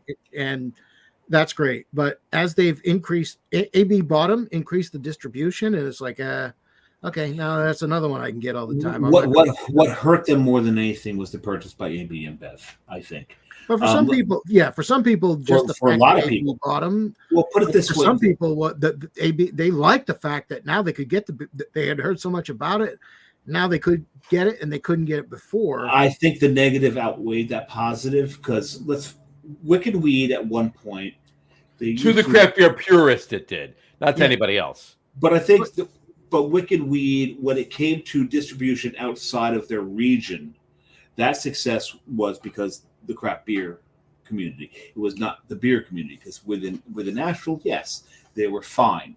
And Wicked Weed, and this is the one thing that I think may not prove my point, maybe shore up my point, is that Wicked Weed every year would have a big beer festival for charity. And when they sold out to AB InBev, all the breweries that went to this festival pulled out of it. And it turned into a war where Wicked Weed, after these craft breweries pulled out of it, said, I really think it's sad. This is for charity. And, you're punishing the charities for this purchase. I forget which brewery it was, responded right back. You just got $2 billion. We think you can spot us. Right. So there was this major fissure between craft beer and Wicked Weed because the AB InBev influence. Right. And so within Asheville and the local area around Asheville, did they suffer? Hell no. When I went to Asheville, did I go to the Funkatorium? Yes, I did. Yeah. I bought one beer. Yeah. I wasn't going to give them any more money. And I did go to the Funkatorium and I bought one beer. Actually, I bought one beer and Jess bought. So Carrie bought one as well. But I did go to the other location. I did. The only reason I went there, though, I will be honest with you, is when we got into town, the night we got into town, it was the only place that was open that still had food. That wasn't a McDonald's or a Burger King. All right. But my point is, so we went there and ate, and I had a beer, of course, while I was there. But my point is, even though that people were happy that the distribution was increased, right, the craft beer community stepped away from them, and I as much as they may have gained from that, not all of them did. There's not all of them did. I know. I think it's different. I think so. I think as many people that were happy about that extra distribution, I think it was canceled out by those people that refused to buy Wicked Weed afterwards. But I think for a lot of geeks, it's like it's scarcity, right? So Wicked Weed was so hard to get for the longest time. The first time I went to the brewery, it was before AB bought it, and I was like, wow. That was the first place I went on that trip to Asheville was Wicked Weed. But you had people all over the country that were like, oh, Wicked Weed, I got to try it. But then AB bought it, and they started putting it on the shelves everywhere, and people were like grabbing it like crazy because, it's Wicked Weed. I've never had it. Well, now it's like, oh, I've had Wicked Weed. Okay, what's next? What's the next thing? And that is what kills so many breweries. 100%, and 100%. It's like this business, this industry, and we all know it. This is a what have you done for me lately industry. Okay, and now it's not so much, and I 100% agree with what you're saying, John. But it's not so much just the brand, it's the beer they're brewing. So if there's something new, they'll try it. If there's something, and not everybody, but many people will try it. If there's a different style, if there's a different brand, if there's something else that brewery is doing, they can stay relevant. It's a whatever. So it's not a, I'm trying this brewery once, it was great, but I'm moving on to the next one. Some people maybe, but for the most part, they'll stick with that brewery as long as there's something new. If that said brewery keeps putting out the same stuff, they're moving on. Which is true, but they're also going to look at other, like, so Treehouse has got the success they do have right now, but and then the Trilliums pop up and the Vitamin C's and the other breweries, right? Vitamin C. And they're going to come along. And they're the flavor of the month. They're the new. Yeah, thing. they're going to steal some of their thunder. Of course, no, of course. See it all the time. But the thing is, Treehouse is good enough that Trillium's good enough, Vitamin C is good enough. They can, and Night Shift is good enough that all these breweries can exist and run their models smartly. Now, hold on. Yes, 100%. But now, here's the thing. Treehouse, the way Treehouse is existing, Night Shift, Vitamin C, Trillium can't exist the same way Treehouse is existing. Yeah, that's true. But they can exist in their own. Yes. But they can, I'm saying in that same region, they can all exist because they have different models. They do different things in a different way. They introduce it. Their social media presence is different. Sure. Treehouse doesn't need a social media presence. No, they go. Yeah. Trillium doesn't need one. No, Vitamin C kind of does. Right. Now, here's the thing too. I hesitate to say this, but I hesitate to say it, but it's all right. Let me back up a second. This is where I was going. I'm trying to reclaim my thought from before you started saying that. But so this is not an opening. No. This is not an opening by any means. This is not an opening. No. So what I'm saying is, by all means, this is not the breweries that brewed fantastic beer. They brewed a fantastic amber lager. They brewed a fantastic, West Coast IPA, English IPA. They brewed a fantastic Dunkel. They had their beers that they put out on a regular basis, and they had their core beers that they had year round, and then they had their seasonals, and then they had their one-offs here and there. That model from years ago, that's gone. That's gone. Breweries can't exist doing that model. We speaking of Coastal, we have one beer that we will always have. Everything else, by definition, is rotating. And it's named after a condom. A condom and a fish. Well, not necessarily a fish. Yeah, it's kind of a fish. It's a fish. It's a fish that swims in the water, but horizontal. Vertical. Horizontal. And the male actually kind of almost gives birth to the young. The male gives birth, right? Yeah. Exactly. Right. But in any event, but that my point is those breweries that did that, and that was their business model for so long, and we all appreciated them. We all went to them back in the day when they were the shit, right? They were, this is my home. This is my shit. This is where I gotta go. Dogfish Head being sure one of those examples. That model still existed, but that model is gone. That model is gone. It's a what have you done for me lately industry. If you don't have a new beer every other week, you're not making money. It's as simple as that. Because there are breweries that have a new beer every 3 daes. Yeah. So you're going to be shied away from. I'm going to play devil's advocate here. Please do. I hope you're going to tell me that I'm wrong. I really do. It's not that you're wrong. You're right. But you're also wrong in one sense that I just wanted him to say I'm right. That's all I wanted him to say. So you are, but there are those breweries out there who, and we know these breweries who have been around forever. There are these hyper local breweries that have their followings that brew the same stuff year after year after year after year, and their followers eat it up. They love it, and they do make money off the local customers who are there constantly drinking these beers because this is what they want. This is home to them. This is, they walk in, their norm. This is what they want. And these breweries have survived. We know these breweries. I'll give you that. And they don't necessarily make great beer some Right. of the time. I'll give you that. There are breweries out there that you're spot on with that. There are breweries that are hyper local that may have that business model, may not. Either way, it doesn't matter. The point is they're not reliant upon distribution as their business model and their tap room to support their distribution.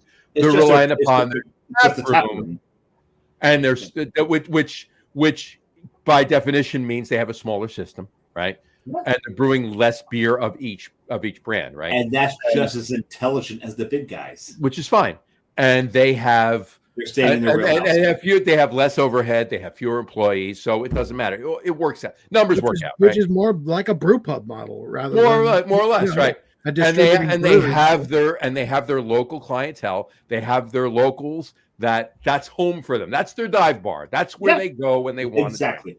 John used to sell for one of those. Sure, absolutely. you know what I'm talking about. I know what you're talking about. So Brew Guru in Georgia, have you seen these models in Georgia where you don't see an outside of the area distribution or presence where they're never going anywhere because the locals support them so strongly through the years, and they've been there, and they're not going anywhere anytime soon? No, we have, like, most of the breweries here in Georgia have statewide distribution. A lot of them don't have distribution outside of Georgia. Some of them have local fan bases, to your points, but to that point too, some of them have closed with that model. Really? We just have actually Burnt Hickory and what's the other one? There was another brewery. Hickory closed? Burnt Hickory is closed 2 years ago. No, I remember when they closed. We spoke about that on a podcast a couple of years ago. Yeah, and it was sad but you could get their beer in some of the more progressive liquor stores that had like a good selection, but you wouldn't find it anywhere else. Right. I think I got some Hickory through a beer at Ford. Yeah, but they did rely, and they had the model where, I mean, they were constantly brewing new stuff. They were brewing all kinds of. And their beers were good. It was good quality stuff in the local tap room, but they closed. And actually, Chuck Triplett made a good point about the fact that some of these breweries tread water. Chuck made a good point. Yeah, Chuck Triplett makes a good point. Shut up. I'm joking. He mentioned the fact that they will tread water until their leases come up for renewal. At which point, I remember that. I remember he said that. Yeah, they realize that they can't sustain their model with a higher lease, which is what they're faced with, and so they. That's another. We can go on this for another hour. We really can. And I'll finish it up by saying this, and you're 100% right, John. I know this story, so while John's going off this, I'm going to mute myself and hit the little boys rip. At least it's not while I'm giving my top three. There you go. There you go. My point I was just going to say is, and we've talked about this, and I've had a couple conversations about this. I have a list, John. I have a list of at least 9 articles that I need to write. I just haven't had the time lately because we've been pulling our hair out with the brewery. But this particular one is, a brewery's doing well. A brewery's doing well. They have their 10-year lease with their option, whatever. And the brewery's doing really well, and they're making the money. And I mean, it's not like they're living in multi-million-dollar homes, the owners, or anything like that. But they're doing well. They're getting by. They're doing well. They're above board. They're saving their money. They're expanding. They're able to buy new equipment. They're able to buy whatever they need to do. They're able to expand their distribution, buy better. Not necessarily that they're using inferior ingredients, but buy more of the better ingredients, or have a deal with maybe get a hop contract or whatever. Right. So they're doing well. They're doing better than treading water. They're doing well. Their lease comes up for renewal. And the landlord says, I hear you have a lot of money. I would like some of it. Yeah. Your rent is now going up to this. They can't. What are they going to do? Now they have to, where they've gotten to, and my hand is above the camera, right? They've gotten to here. They now have to come back down to here in order to survive because the damn landlord knows they're making money and wants more of it. Yep. And that part of that is organic. That right? fucking sucks. And I can't. Part of it is excuse me, it's organic and it's just inflation, right? Prices go up after 10 years. Inflation is inflation. Landlords milking people because they know they're making money is not inflation, and that's what's no, but after 10 years, you got to expect your lease is going to go up. No, I agreed. I'll Yeah, tell it you is. It needs to be proportional to the rest of the leases in the area. Yeah, of Not course. just because But they've seen your profit margin and have decided that they want in on that. But And look at the real estate market in the last 10 years too, Yeah. and you there's that, and that's part of it. It's not Absolutely. completely greedy landlords. It's look, this is what the properties are going for. The landlord's not going to say, "Yeah, I like your beer. I'm gonna, we'll renew it at the same rate." For But 10 when more years." you see the you have somebody you've been renting to for 5 times, 20 years. You can't work with them to keep them there. You just want to bring in a trader. You just want to bring in a Starbucks for 3 years and then have them leave and then have to rent it to somebody else. Well, nobody's putting a Starbucks where Burnt Hickory was. I can tell That's you that true. right now. But, No, they were there's like they were. I will say this, that they did say, first of all, it came out of the blue. Nobody knew it was coming. They announced that they were going to be closing, and they said that look for us to reopen somewhere else. So it told me they were actively. Has it happened yet? Yeah, it's been a few years and they have not reopened. They have not reopened. That's So a shame. they were looking for maybe somewhere to relocate to. It didn't but happen. they knew they saw that the rental rates were going to be the same no matter where they went. Where they went, yeah. And with their current business model, they couldn't support it. Dry County was the other one I was thinking. Well, that's the same. And I can only speak to the New Jersey market. I don't know what it is in Georgia, but I'll tell you right now, before COVID, warehouse space was $6. With the average warehouse space was $6 a square. Okay. The average warehouse space now. I can get you better than that. But okay, go ahead. The average warehouse space now, 4 years post-COVID, 3 years post-COVID, whatever, is $16 a square. I was going to say it's 18, but yeah, $18 a square. So it's tripled in 4 years. In 4 years, the price, the rental price has tripled. How is that inflation? Where has that ever been inflation in the history of the United States? How has tripled in 4 years ever been inflation? Well, the real estate market is nuts. It's right? nuts, of course. Well, but we know why. It's even for the long-term leases. Look back to what was going on. Okay, so this was a couple of years ago. They closed. So back in 2012, around that time, I bought this house in 2010, and it was right during the Great Recession when real estate crashed. Right. So a lot of these breweries were probably signing, and the landlords were happy to have a 10-year lease in those days because it was a nightmare at a reduced rate. I see where you're going here. Yeah. So you're not only talking about normal inflation, but you're talking about from a severely depressed market to back to a normal market, back to a hyper-inflated market, right? In a 10-year span, yeah. There's so much going on in that short period of time that they just can't afford to go from those dirt cheap rates to today's ridiculous rates. So. Which is why a brewery like Treehouse is insanely surviving because they own their property. Yeah. They're not paying a landlord. They own it. Yeah. While we're going paying taxes. That's it. While we're talking about this, we ignored a couple of comments from Doug. Yes, I want to get back. He said, I'm wrong. It's Cumberland Farms from Rhode Island. Got sheets on the brain. There you go. Oh, yeah, you got something. And he said, I stand corrected. But then he said, here's the thing about sheets for truck stops. He's got you stand corrected. Yeah. It's a damn good place to stop. You can get about 3 different types of fried chicken and Sheetz. I've stopped at Sheetz many a time. So and I wings. It's fine, Doug. We all make those mistakes, but please get that sheet straight. Okay. Get your sheets straight. together. Get your sheets together. He says, I won't drink wicked weed because I refuse to support AB InBev. I visited the brewery twice prior to that. There you go. I did buy the one beer in Funkatorium, but other than that, I'm with you, Doug. There you go. And I'll mention something on that too. And when I was in Seattle, John knows this. I struggled because I had. You got to go. I'm sorry. I'm in Seattle. I know it's AB InBev. I got to go to Elysian. I got to go to Elysian. I got to go. I can't not go. I can't. I got to go. I mean, even if I walk in there and stand there for 20 minutes and just look around, I at least have to go. Now, if you do go to Elysian in Cap Hill in Seattle, go to the wall where all the stickers are, and you will find a Beer Samurai sticker, and you will find a Coastal Brewworks sticker there now. There you go. There you go. So if you so there you go. Everything's on the wall in Elysian. There you go. And then he also said, "Brew Guru Treehouse is the real deal. They live up to the hype. You'd be impressed."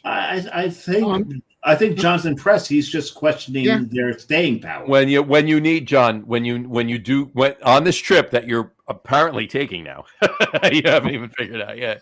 When you do get up to Rhode Island, when Dave and I do get up there, we will take the 45 I never ride go to New England without going to Treehouse on the way. No, I don't. I've had their beers. I've never been there, but I've had their beers. We'll go over there. You got to see it. You've got to see it. I'm not disputing the fact that their beers are great. I'm just saying that all glory is fleeting, as Patton said. Right? Well, even the Roman Empire died. Yeah, and it doesn't. Today's success is not a guarantee of tomorrow's, right? And there's lots of other great breweries that, I mean, in the 90s, I couldn't get enough Catamount, and how long have they been going, right? So look at Geary's and the great beers they brew, and they can't even distribute outside of Maine anymore. Well, they're gone now, right? Geary's closed, didn't they? Geary's closed? Yeah. Did they? I hadn't heard that. I'm fairly certain, don't quote me on that, but I definitely believe that I did hear that recently, that Geary's closed. I had not heard that one. That would be. I hope not. Please search that. I'm almost certain that I did hear that recently too. I almost. No. They're still open. They are. All right. Yeah, they're still. Maybe they closed the facility. No, the tap room will open tomorrow at noon. Right. So someone lied to you. And it's. I read something somewhere. That's where I got it. And not for nothing, I don't like Geary's as much as Brew Guru does.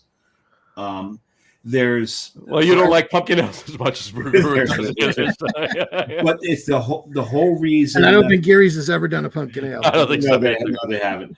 But Catamount Christmas ale, though. I mean, that's But it's the ingredients that Geary's uses that John loves them so much for. It's actually the Ringwood. It's the Ringwood fermentation. It's the Ringwood. Exactly.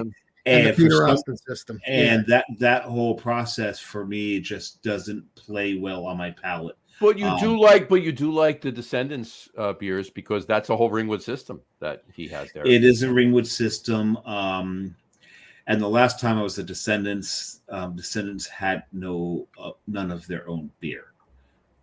Really? It's the owner of Descendants. I think I adore more than their beers. Oh, Joe's great. Joe's fantastic. I'll actually be out there. There will be some building sandcastles on tap there this weekend because I'll be out there on Thursday. Much of the consternation of Kerrigan's last time we were there, Joe and I spoke for about 2 hours while she sat there trying to stretch her meal through that whole conversation. She should have just ordered an extra order of Scotch eggs and been done with it. They were out of Scotch eggs while we were there. Oh my God, they were out of their own beer and Scotch eggs. We gotta get back there. I know we got to get back to Descendants, but at any rate. Anyway, okay. We got 3 comments, and then we're going to move on to the top 3s really quick. Doug said, "Treehouse is a 35-minute drive from my father's house in Rhode Island." Yeah. And he said, "No, not Geary's. I'm wrong. I apologize." I definitely heard that somewhere. I read it somewhere. You owe a penance for that false alarm. I will. I'll do that. Yeah. And then, of course, he was crying, but my bad. We will have to figure. It's not me. I apologize deeply, and I will do a penance later. But I did read that. I didn't make that up. Geary's was my first New England microbrew. If you guys want to, I'm not going to go into it here, but go to my website, go see my review of Geary's Pale Ale, and look at the story that I have, which is like probably one of my favorite beer stories ever. But John, Doug, and I will devise your punishment for spreading lies, Johnny. No. We will have to figure that out. We need a good punishment for this. Now, David Geary did pass away a few years ago, so I don't know if that's what I'm thinking. So, Johnny, your punishment, your penance for spreading this lie, you need now to put in an order from Malort for yourself. All right, there you go. No, he needs to drive to Portland, go to the Geary's, and bring home 10 cases of Geary's beers. Fine. I got 10 cases. I'll go home. I'll go up and bring a couple cases. You need to order some of this. But I'll have the Malort. I'll order the Malort. There you go. I'll do that. There you go. Right. Doug, do you agree? No. Okay. All right. Doug, do you agree with me that John for his penance. No, that's not right. Malort. He needs to go to Gary's and buy some beer to keep them in business so they don't go out of business. Yes. And there's that as well. So this is a twofold. By the way, Gary's is right across the street from Allagash. So No, they're up and around.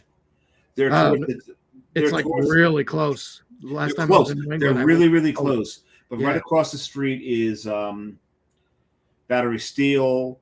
There's like Not across the street. No. They're a couple blocks away. Yeah, you've got to go. You got to go out Industrial Way and then up the block and then in. That's Gary's. Industrial Way is this a is big. true, but after you just drove all the way from Georgia, it's right across the street. Yeah, relatively speaking. But when you Yes. look at Industrial Way, Industrial Way is like a C shape.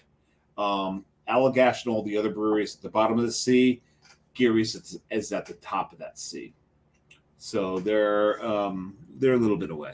Yes, and Doug Smith says I try to look for it, and I will find it. But he did say Brew Guru's first experience with Gary's has become lore. It has become lore. And he said, "Yes, Dave, Malort." There you go. So Doug, I think you agree with me when I say I still want to drink that Mallory. I still want to drink. You want to taste Mallory. I still want to taste Mallory. I still want to taste Mallory. We're going back to like 80s sitcoms when he doesn't matter. I still. You know. All right, there you go. All right, let's do our top threes. Top three tonight is top three favorite pumpkin beers version 4. Top three favorite pumpkin beers version 4. Now, I'm going to read these off. We have our pumpkin beers that we know and love, and that if we just keep doing our own top threes, these are going to be our top threes, right? We know this, all right? Forever. John, Rob, I'm going to read them. I'll read them off in a minute. He's going to read them, but he's going to make the caveats and the limiters he's going to put in here. He's going to make it impossible for me to do a top three. But well, there you go. Well, you do what you need to do. I will do me. The caveat for this particular list is going to be top 3 favorite pumpkin ales you've had recently. Recently doesn't need to be in the last couple of weeks or this year. It could be last year, the year before, but not your regular, usual overall top 3 pumpkin ales. Now, our usual overall top 3 pumpkin ales, John's. I don't wear Brew overalls. Brew Guru's top 3 are: his number 3 is Schlafly Pumpkin. His number 2 is Lexington All-Tech Kentucky Pumpkin Ale, Which he had on the show tonight. And his number 1 is Southern Tier Warlock. So his number 3 I had, his number 1 you had, his number 2 he had. So there you go. We've covered it. Yes, we covered that. Dave, your number 3 is Weyerbacher Imperial Pumpkin.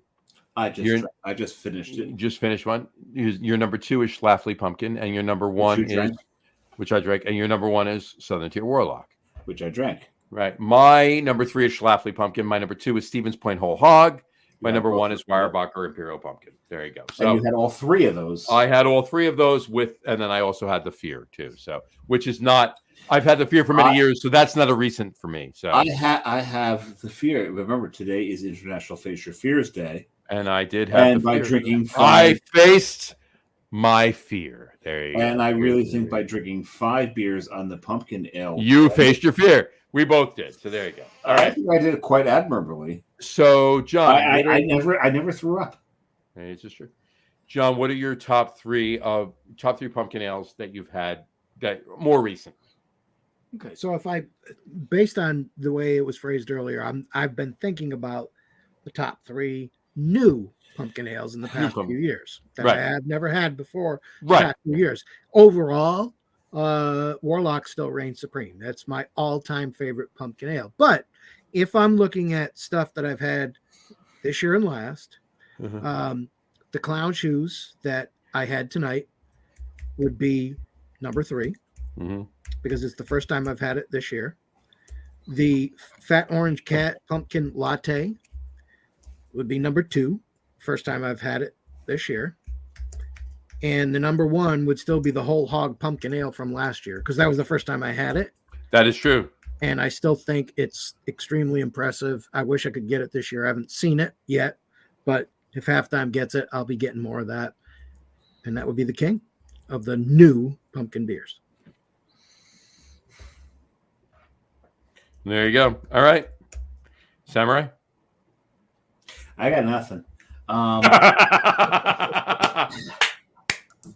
I don't seek out these beers. Well, you have them on the show every year, so why don't you just rattle off 3 that are newer that you've had in the last 2 years? I grab beers to make them kind of interesting on these annual shows. This torture chamber that John sets up for you. Oh, stop it! every You're fine. Fucking year. But I will add a couple comments in here that things that are maybe on the fringe of the top 3 that I typically mention when it comes to the pumpkin beers, and maybe they're not new, but they're not my normal top 3. And I mentioned earlier, at the top of that list, I'm going to go maybe 1, 2, 3 here. Scobyville. From Carton. He hasn't done it in a while, so I don't know if it meets your parameters, John. It can be. That's fine. It's outside of my normal 3, but Scobyville, I adore Scobyville. We'll make an exception for you. Because what it did, and then sticking with the same damn brewery, Rav. What I loved about Rav is this was just basically, and I'll say it once, I won't say it 2 more times afterwards, this was Augie Carton's way of flipping the bird at the pumpkin beer world, but also honoring his foodie blog history. Rav was a beer, and I really wish he'd do this again, but I don't think he's done it for a while because it loses money because no one gets the beer. He does. He's done pumpkin cream the last couple of years. He has. I'm talking about Rav. I know he hasn't done Rav. He's done pumpkin cream because no one gets this beer. So Rav it's a riff on an Italian dish, which is a pumpkin ravioli in Bear Blanc with a anisette cantucci, grated over top of it, and he nailed it. It's exactly what that beer tasted like. No one got it, and I think he was disheartened by the fact that no one really quite understood what he was doing. But he really wanted to deliver a actual pumpkin beer. So let's face it, a lot of these pumpkin beers that we drink, there's no fucking pumpkin in them. Yeah. Right. And he wanted to deliver that, and he did it in a I mean, it's all cinnamon, nutmeg, ginger, allspice, and anise and some brown sugar too. Yeah. But to be fair, when you make a pumpkin pie, there's not a lot of pumpkin that goes in a pumpkin pie either. No, it's a lot of spice. Yeah. You open that can of Libby's and then just adjunct the hell out of it. Fresh pumpkin. That's a even if you fresh. If you go and get those sugar pumpkins, and I've had so many pumpkin pies that had literally had Hubbard squashes in them, no pumpkin. Yeah. So that's why in the style guide, a lot of these referred to as squash ales more so than pumpkin ales. Sure. But you'll see that. But the one I will add to it, and it's really just for the aroma of it, and it's even though the flavor did not deliver on the aroma, it's not a bad beer because there is one of those breweries out there that just really know how to make a pumpkin ale, and it's these guys.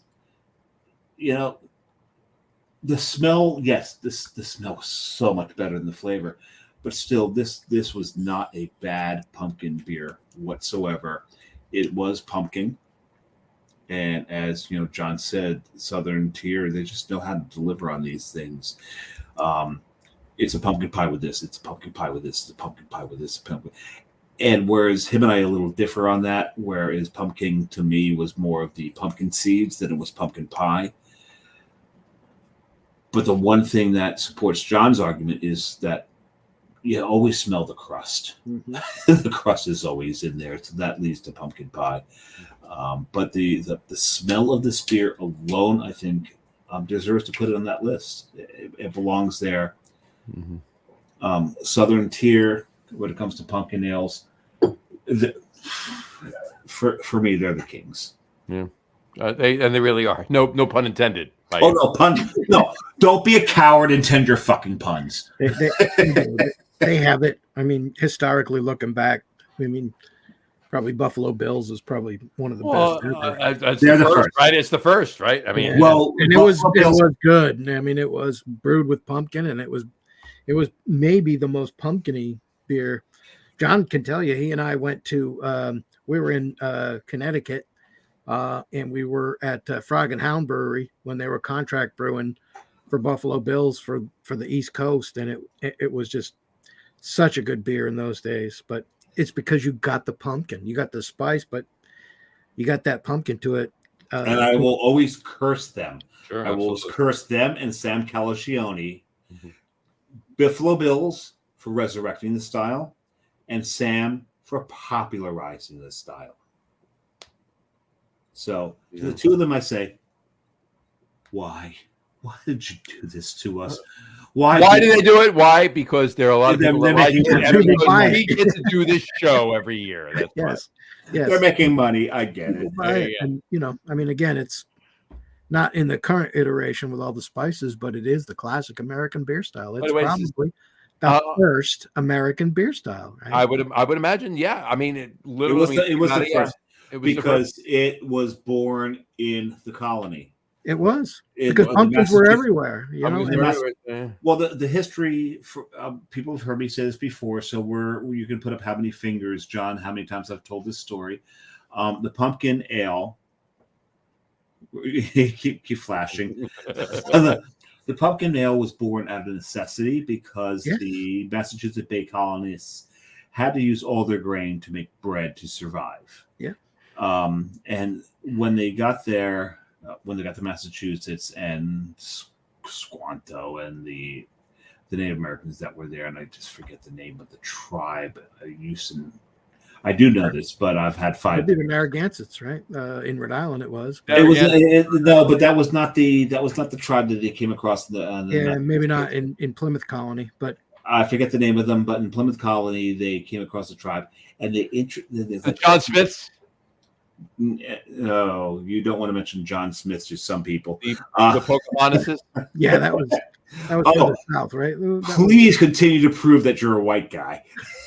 But here's the scary thing from, and I may not get this 100% correct, but I know I've mentioned this on previous shows, but there was actually a ditty in those days.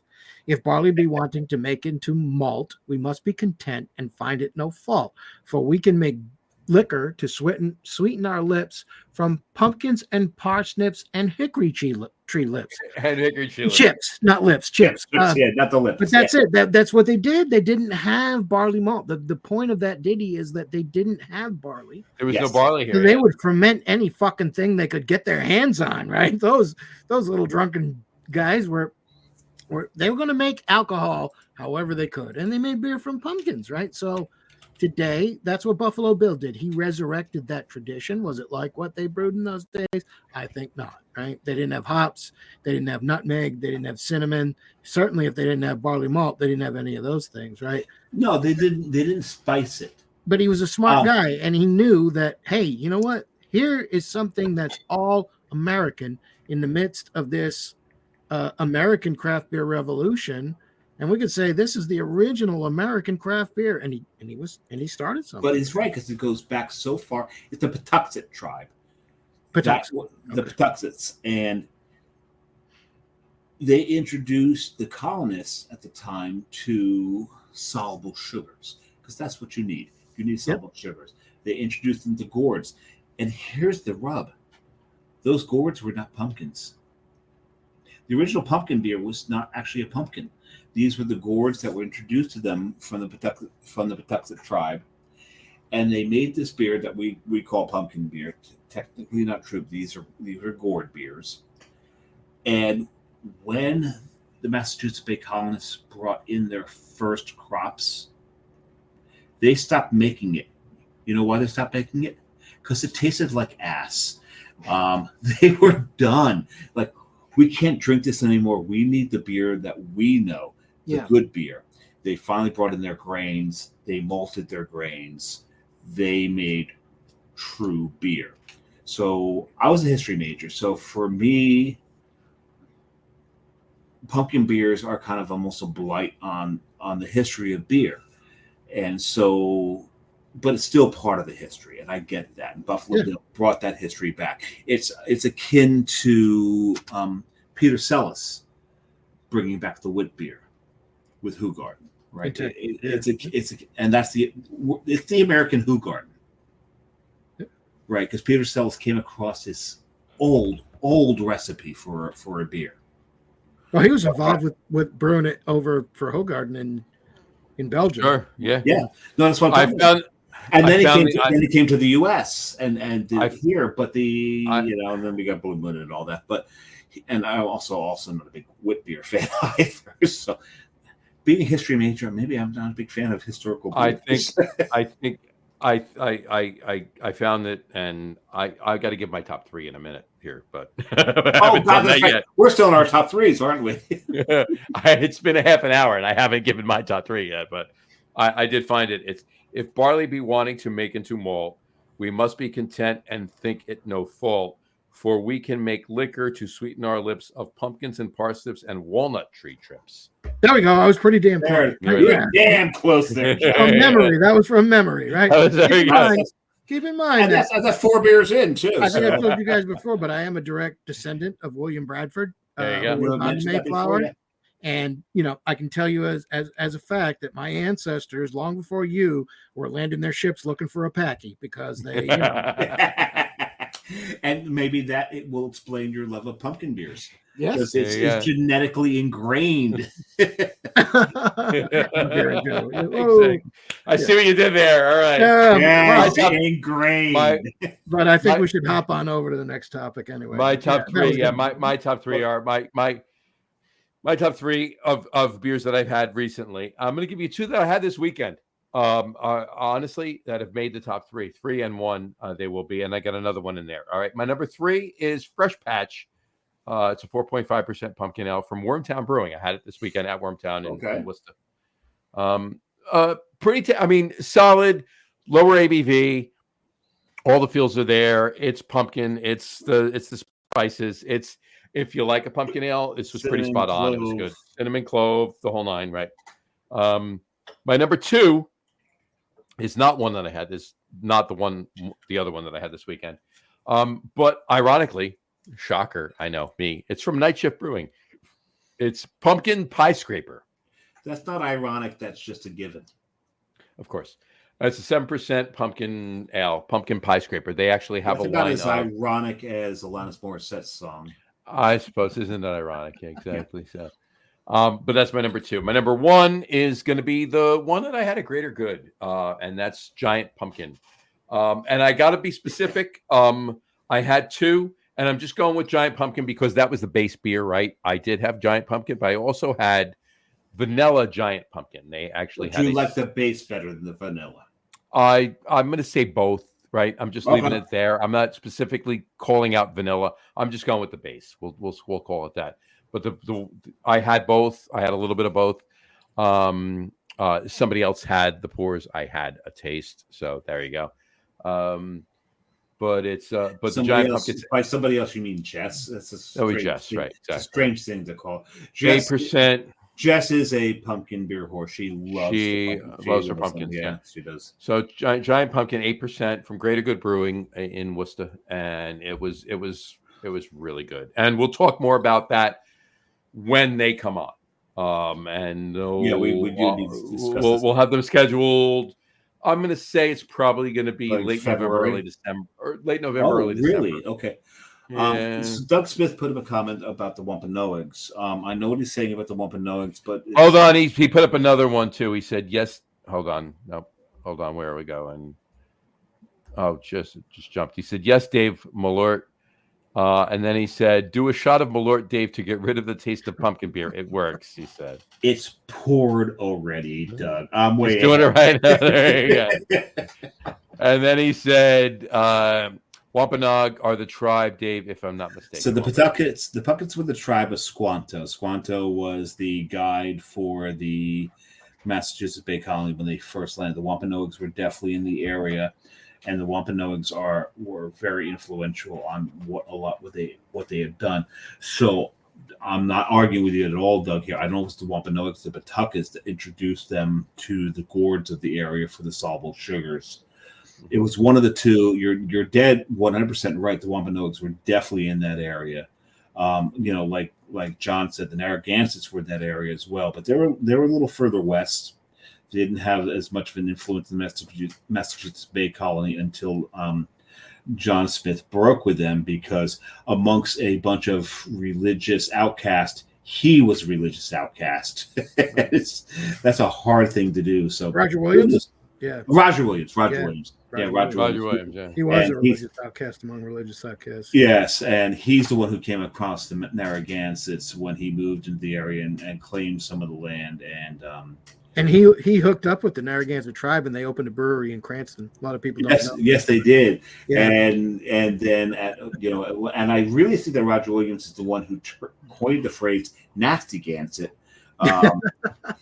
and he was also the first person to actually have crushed it like Quint. He did crush it like Quint. Yeah. He also walked up to the brewery one morning and waved to the Indians and said, "Hi, neighbor." So yeah, and that's where it comes. And there's the whole history right there. And then we're back. You guys don't know because you didn't grow up in Rhode Island. We learned all this stuff, right? So I'm just like, Johnny, if Jess wants an original pumpkin beer, tell her to get a DeLorean with a flux capacitor, and I'll seance with my ancestors and have them brew one up for her. And we will meet you there. Yes, and we'll meet you there. Exactly. Awesome. Because I know some witches that survived the purge. Yeah, but then we got to go up to Salem, Massachusetts. Yeah, that's a whole other thing. No, you don't want to go there. That's just too touristy and has nothing to do with witches anymore. There's a couple of good breweries. There's some good breweries out there, but the true witches don't live in Salem anymore. They want nothing to do with it because it's too touristy. I know a couple of witches that live in New Jersey, but we'll leave that alone. I knew some in Rhode Island. Hey, we won't go into that. John, your kids might be listening. Be careful. No, I'm not even going there. My kids will listen and they'd agree with me, but I'm anyway, all right, John. Let's on that note. So we're over 3 hours into the show. Yeah, this is now officially. And we've been boosting them up lately. The longest show before tonight was 3 hours and 9 minutes. We're at 3 hours and 12 minutes now. So this is officially the longest. And I still haven't done my Malort shot.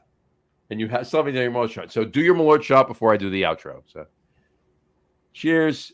There you go. Cheers to that. And I have to say, but not for nothing, but every time I'm on the show, we keep breaking the record for the longest show. Why do you take the pattern here? I think it's me. It's your fault, John. It's your fault. Exactly.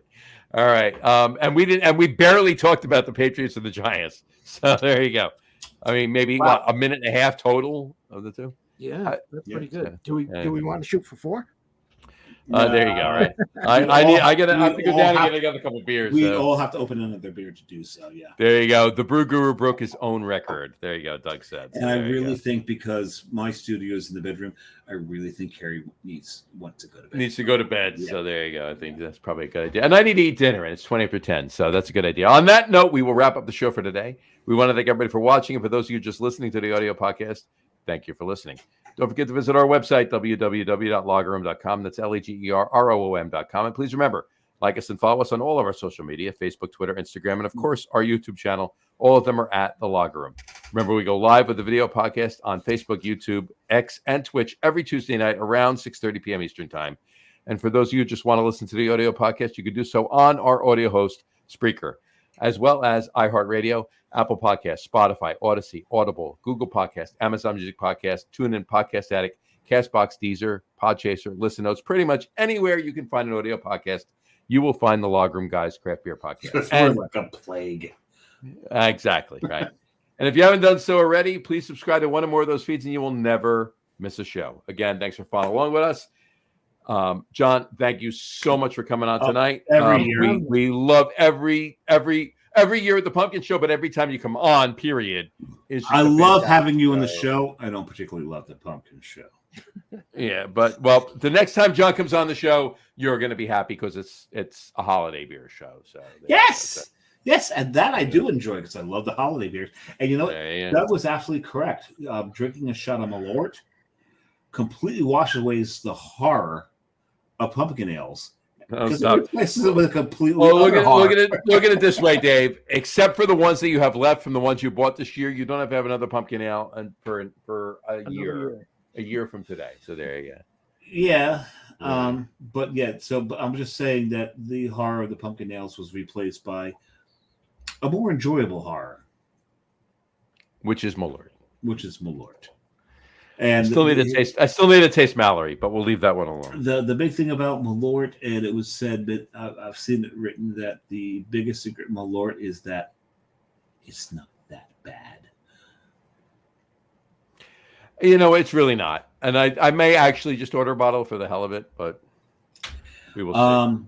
We'll see how long this bottle of mine lasts. I think Doug will get through his bottle before I get through my bottle. I'm sure Doug will get through his bottle before you get through. Doug, if you're not doing a shot right now, you and I are not friends. There you go. All right, John. Thanks once again. Thanks for coming on the show. Stick around. We're going to talk for a minute or whatever. We will talk to you, everybody. We'll see John again on the show soon. Have a great week. Rest of your week. Have a wonderful weekend. Drink a lot of beer, but drink responsibly. And Doug just said, "Oh, he will." Drink a lot of beer, but drink responsibly. And we will talk to you next week, folks, where we will have a special guest from New Hampshire on the show next week. Oh, I've met that guy. It's going to be a fun show. So there you go. Oh, I did do some shopping, and this will be some very happy shopping. There you go. He's down to half a bottle. So there you go. Oh shit! I need to do another shot to start to catch. No, you don't. You said he was going to. He said he was going to finish it before you. So there you go. Anyway, I'm in that part of the work week where I don't care anymore. You don't give a shit. There you go. Mm-hmm. Drink a lot of beer, but drink responsibly, and we will talk to you next week, folks. Take care. Cheers. Drink some more while you're at it. There you go.